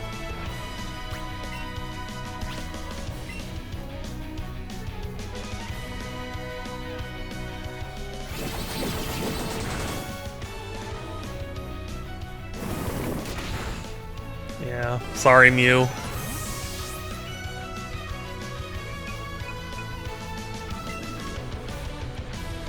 really sucks that two different Pokemon in my team are grass types. This is not the gym for that. I always stop my Bellsprouts from evolving. Oh, really?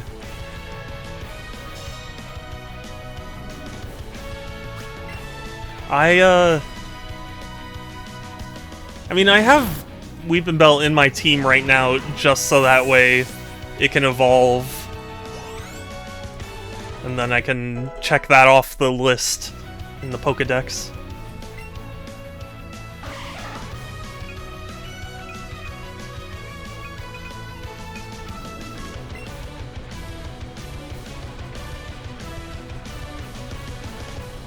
Yeah, poor Mew. I know, I'm sorry. I thought he would last a little bit longer than that, but... I just like Bellsprout, he's adorable and baby.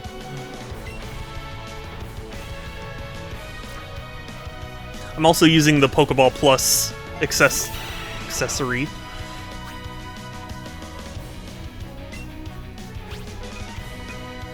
Which is, sorry, no, it's fine. Don't apologize for sending emotes in my chat.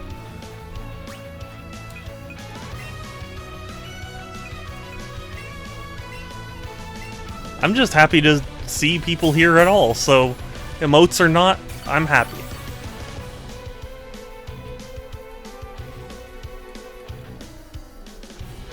Depending on you, I fly.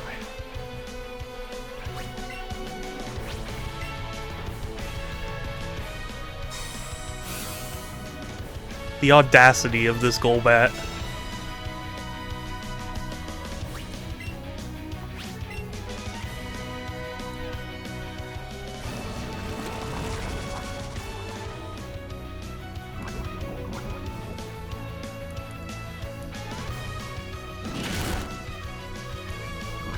Okay, a critical hit is good.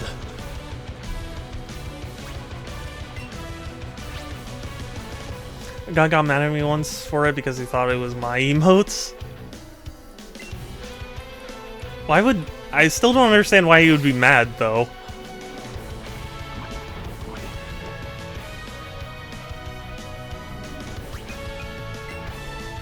I was just trying to show my support without forcing them into a conversation. Yeah.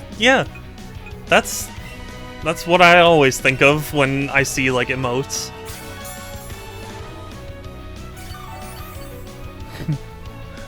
Hornet. Who's gonna supposedly finally get her game out this year?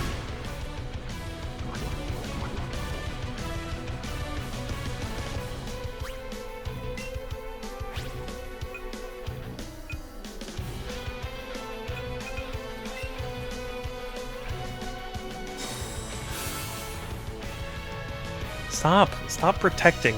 There's no reason to do that. Actually, there is a reason. Wasting my time, my health.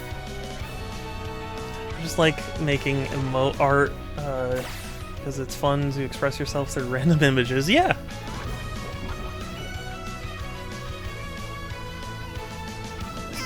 You're kidding.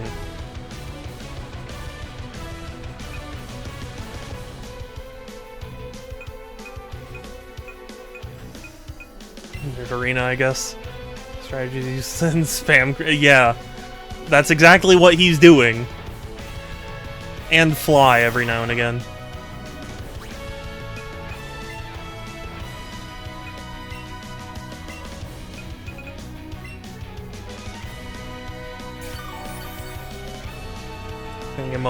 Yeah, emote combos are fun. There are some things I just really don't understand about, like, streaming and stuff. Or not streaming, but, like, how other people's, like, rules about streaming or whatever. So to me, it's like... what's a good example of this?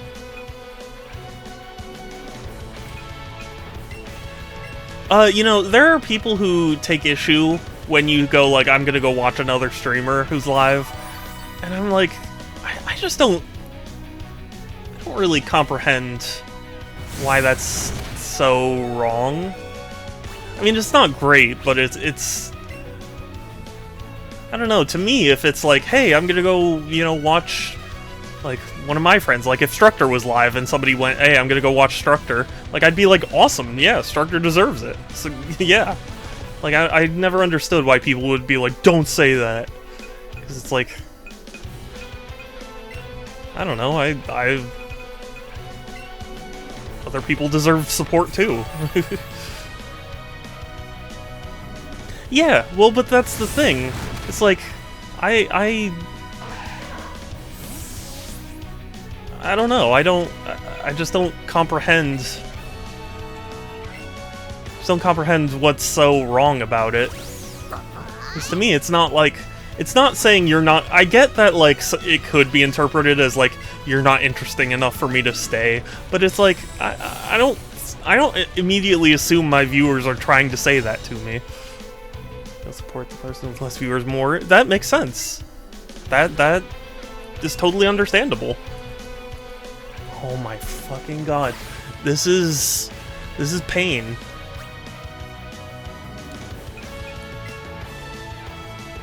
No Pokemon of mine is fast enough to land a hit on him.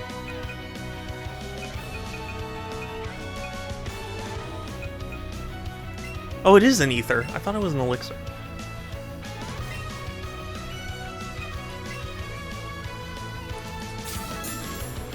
Have you got clothes for Eevee yet? No, I don't think I have. Or at least if I have, I didn't go in the menu. Get that rule because you all should watch this person instead. Although it is you. Yeah, see, that's the thing. Like, I get that it's a frustrating thing. I don't know. To me, it's like you're immediately assuming that somebody's saying that because they want to be negative. You know?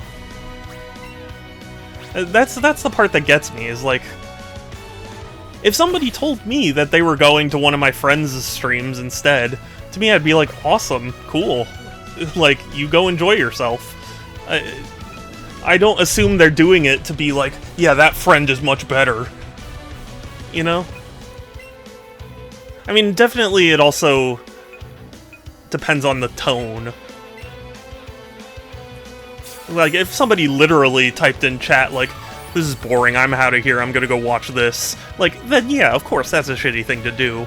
But, like... Thank you, Eevee.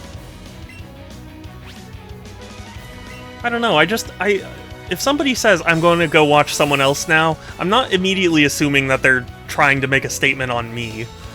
You know? Always context, it's kind of weird when people totally ignore that when enforcing rules. Yeah. Yeah, that's the thing. I thank goodness I can get an attack in.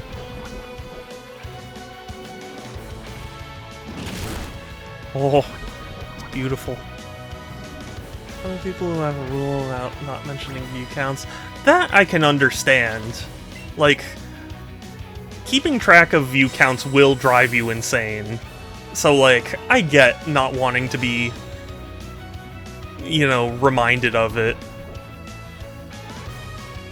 Like, in general, I've stopped looking at my view counts entirely because I know if I see view counts go down, it's going to be like, oh god, what am I doing wrong? As opposed to, you know...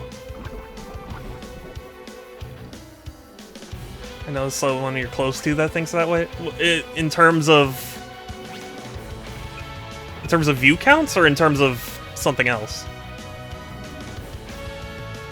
Like mentioning view count is making... Yeah, that's the thing. Because it is the sort of thing that makes people insecure. The other thing. Yeah, no, I know. I mean...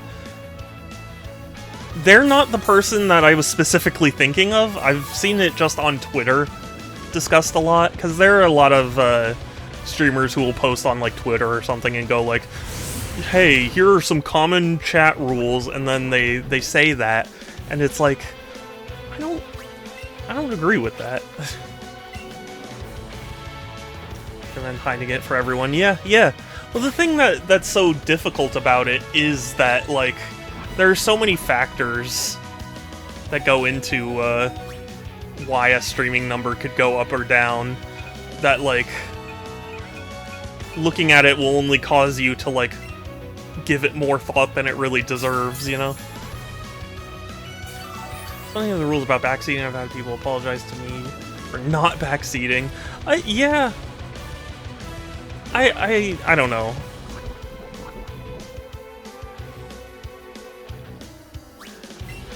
Holy shit, did I just take 50 damage from one poison? Holy shit.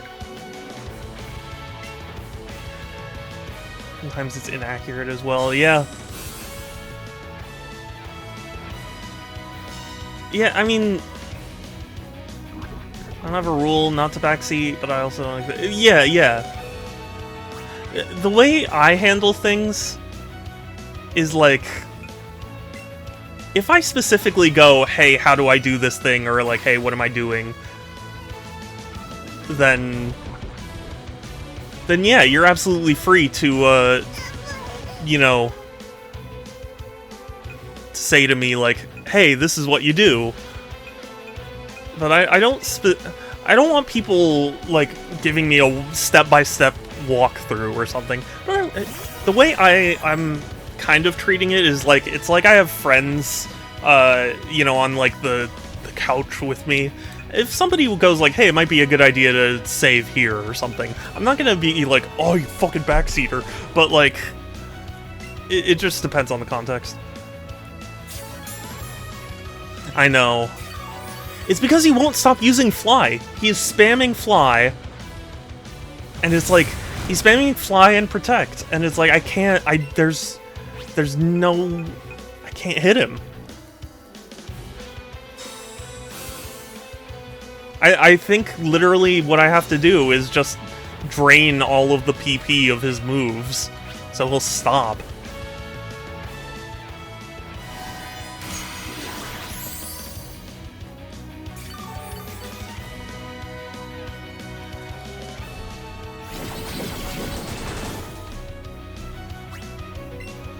I think that's the first time he used Leech Life.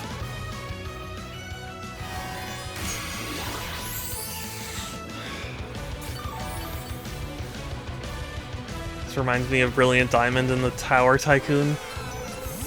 Remind me, which one is that again? I do like it when it's more explicit, like when someone is using their rules. I want to figure things are purely rhetoric. Yeah. I can appreciate that too, but I don't know. I'm not as hard about, like, if somebody goes like, oh yeah, this is a good weapon or something, like, I'm not that angry about it, you know?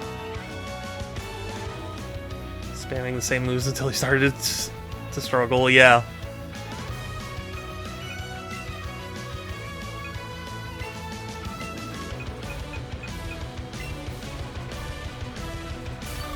Compliment streamers who actually have an in-depth rules section that explicitly states what's allowed.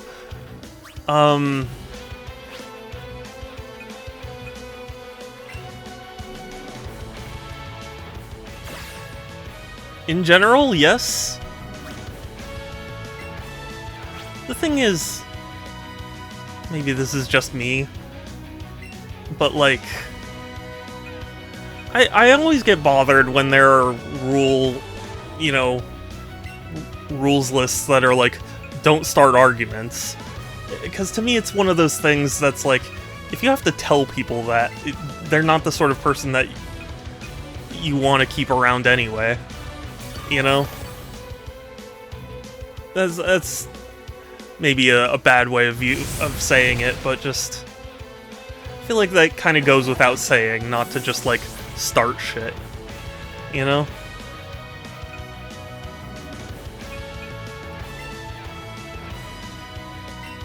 So like a lot of in-depth rules sections I've seen are always filled with that sort of stuff, and it's like, you don't need to. You really don't.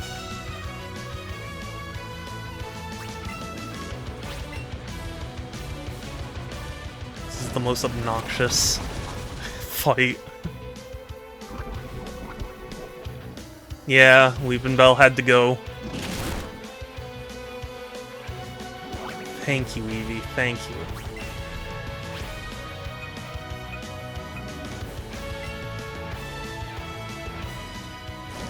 Eevee looks naked. I mean, in a sense, they are.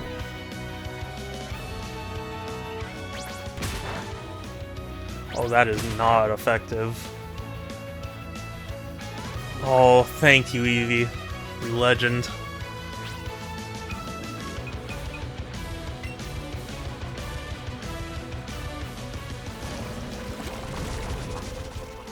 I don't think there's a good way to make sure that you're never overstating the rule. I make an argument that more is better. I mean, yes, but also, I don't know, maybe this is cynical of me, but I feel like people won't read rules if they're too long, you know? Like, our collective attention spans have so,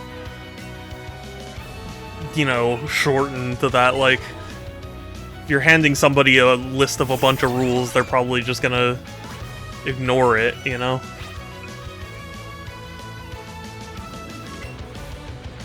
Not making unnecessary rules, but over-explaining yourself.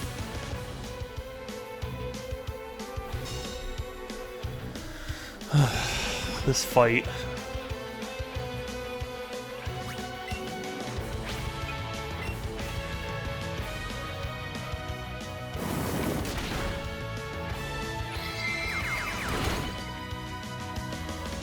Oh, thank you, Eevee. Tell that's it's on the syllable. Yeah, I mean, well, that is kind of proving my point, isn't it? Like,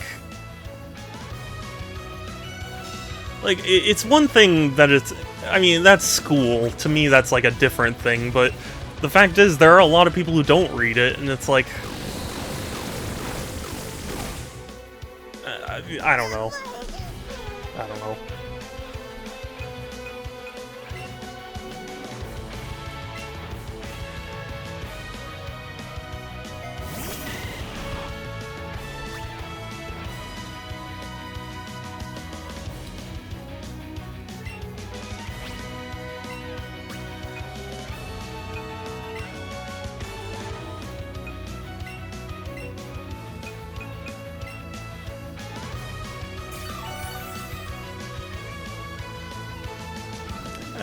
I don't know how to express this very well.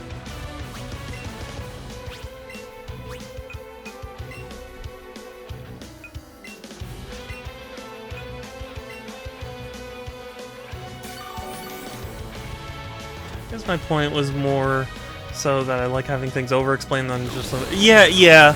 I mean, that is fair. It's just, for me, it's frustrating when it's like I'm reading a list of rules and they're so bleedingly obvious to me that it's like, you really didn't have to make me read through all that, you know?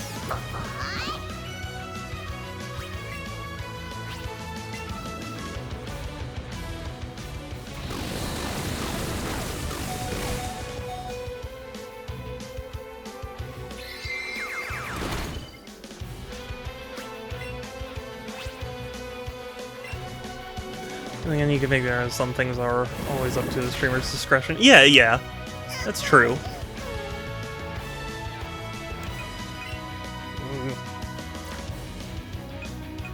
I just need a little bit more time.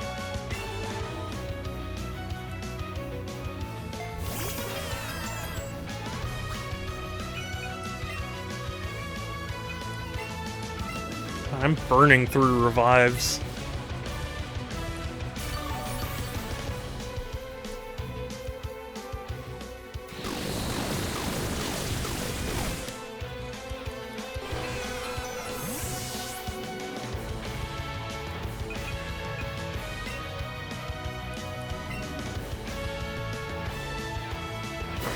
Yeah. I guess I want to be clear too that like I'm not specifically calling anyone out because like I don't think it's really that important at the end of the day. It's just it's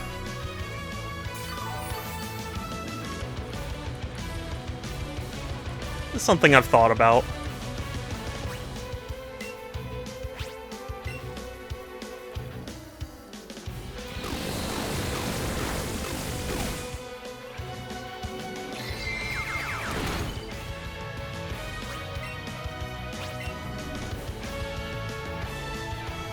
Okay, it's fine. You can use Protect.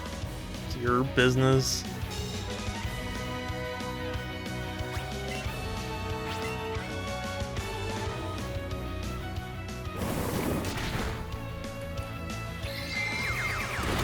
Can I challenge you to a duel? Yeah. Damn, I can't believe I'm getting called out. Oh, thank you, Eevee. Thank you. Holy shit. That was incredibly clutch. Thank you. Oh, that was so painful. Clutch V. Yeah.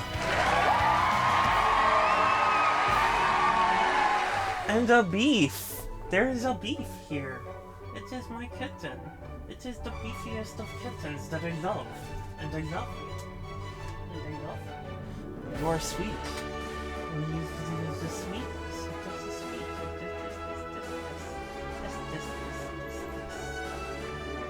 This. What a good beefy kitten. You are a silly kitten. He's so sweet. Look at him. The beef. That's not for bites. That is not for bites. That is not for bites. Beefies. Just playing with the cables.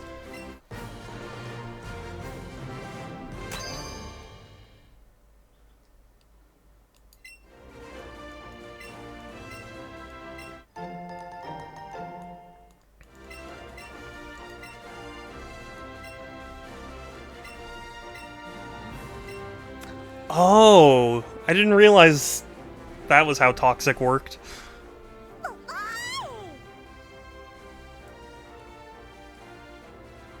Very cute.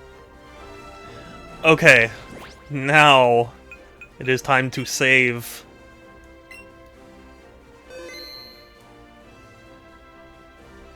It's the beef. He is a sweet. Look at her. Poor sweet. It's a soft. It's a beef. Eevee is so cute. Eevee is. Look at this beef. The last section of stream here is going to be me loving on beef. And you give kisses. You give me these kisses. I love your kisses. You're sweet. Okay, okay, okay. You're so silly. Look at your face. Look at you. This kid is the silliest.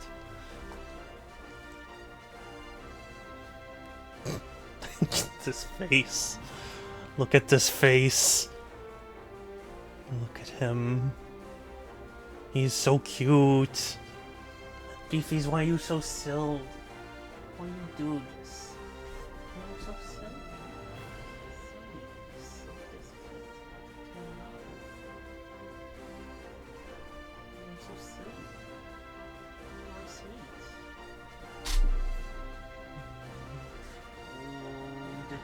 Scritchies.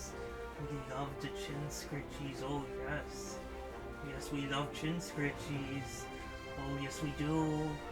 Oh, the chin scritchies. Oh, look at the sweetness.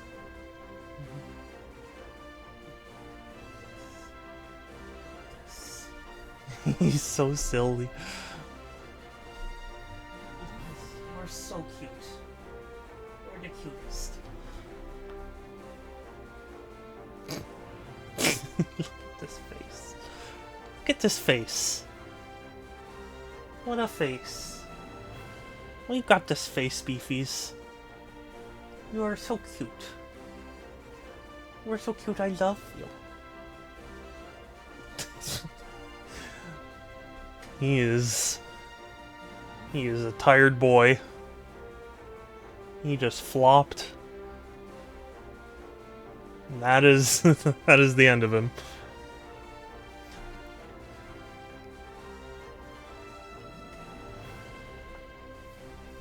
Oh, more chin scritchies? Oh yeah. More chin scritchies. Yeah. We love the chin scritchies, yes. Yes we do. Yes we do.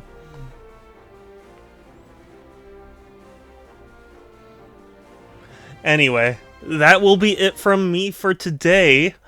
Thank you all so much for stopping by, saying hi, chatting, following, all that. I really appreciate it. I try and stream every other day, so Tuesdays, Thursdays, Fridays, and Sundays at 1 p.m. Pacific. Although Thursdays are currently impacted because of treatment, but we'll see how this Thursday is going to go because I don't have an appointment yet because of my doctor being weird. So we'll see. But yes, if you join my Discord, !Discord, or there's a link in my bio, it's the best place to keep up with my streams as well as chat with me and other cool people. Yeah, thank you for coming by. And we're gonna raid someone, so if you have a suggestion, let me know. Otherwise, I'm sure I can find someone. I ran into streaming Sonic Advance. Hell yeah. Who is it? I'll give him a raid.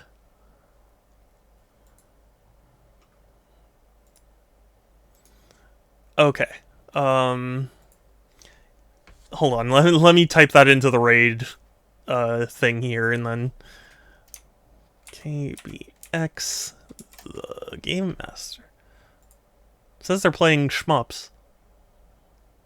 It is Sonic Advance, though. Yeah, thank you! Exclamation mark raid will send my raid message, so you can copy and paste that and send it in the chat when we get there. I hope you will join me. Yeah, no, I trust you, don't worry. But yeah, that will be it. Oh wait, we have to start the raid. Yeah, that'll be it from me for today. I hope you will show some love. But yes, take care, everyone. Stay safe. Have a good one. I will talk to you later. And let's go raid. Bye.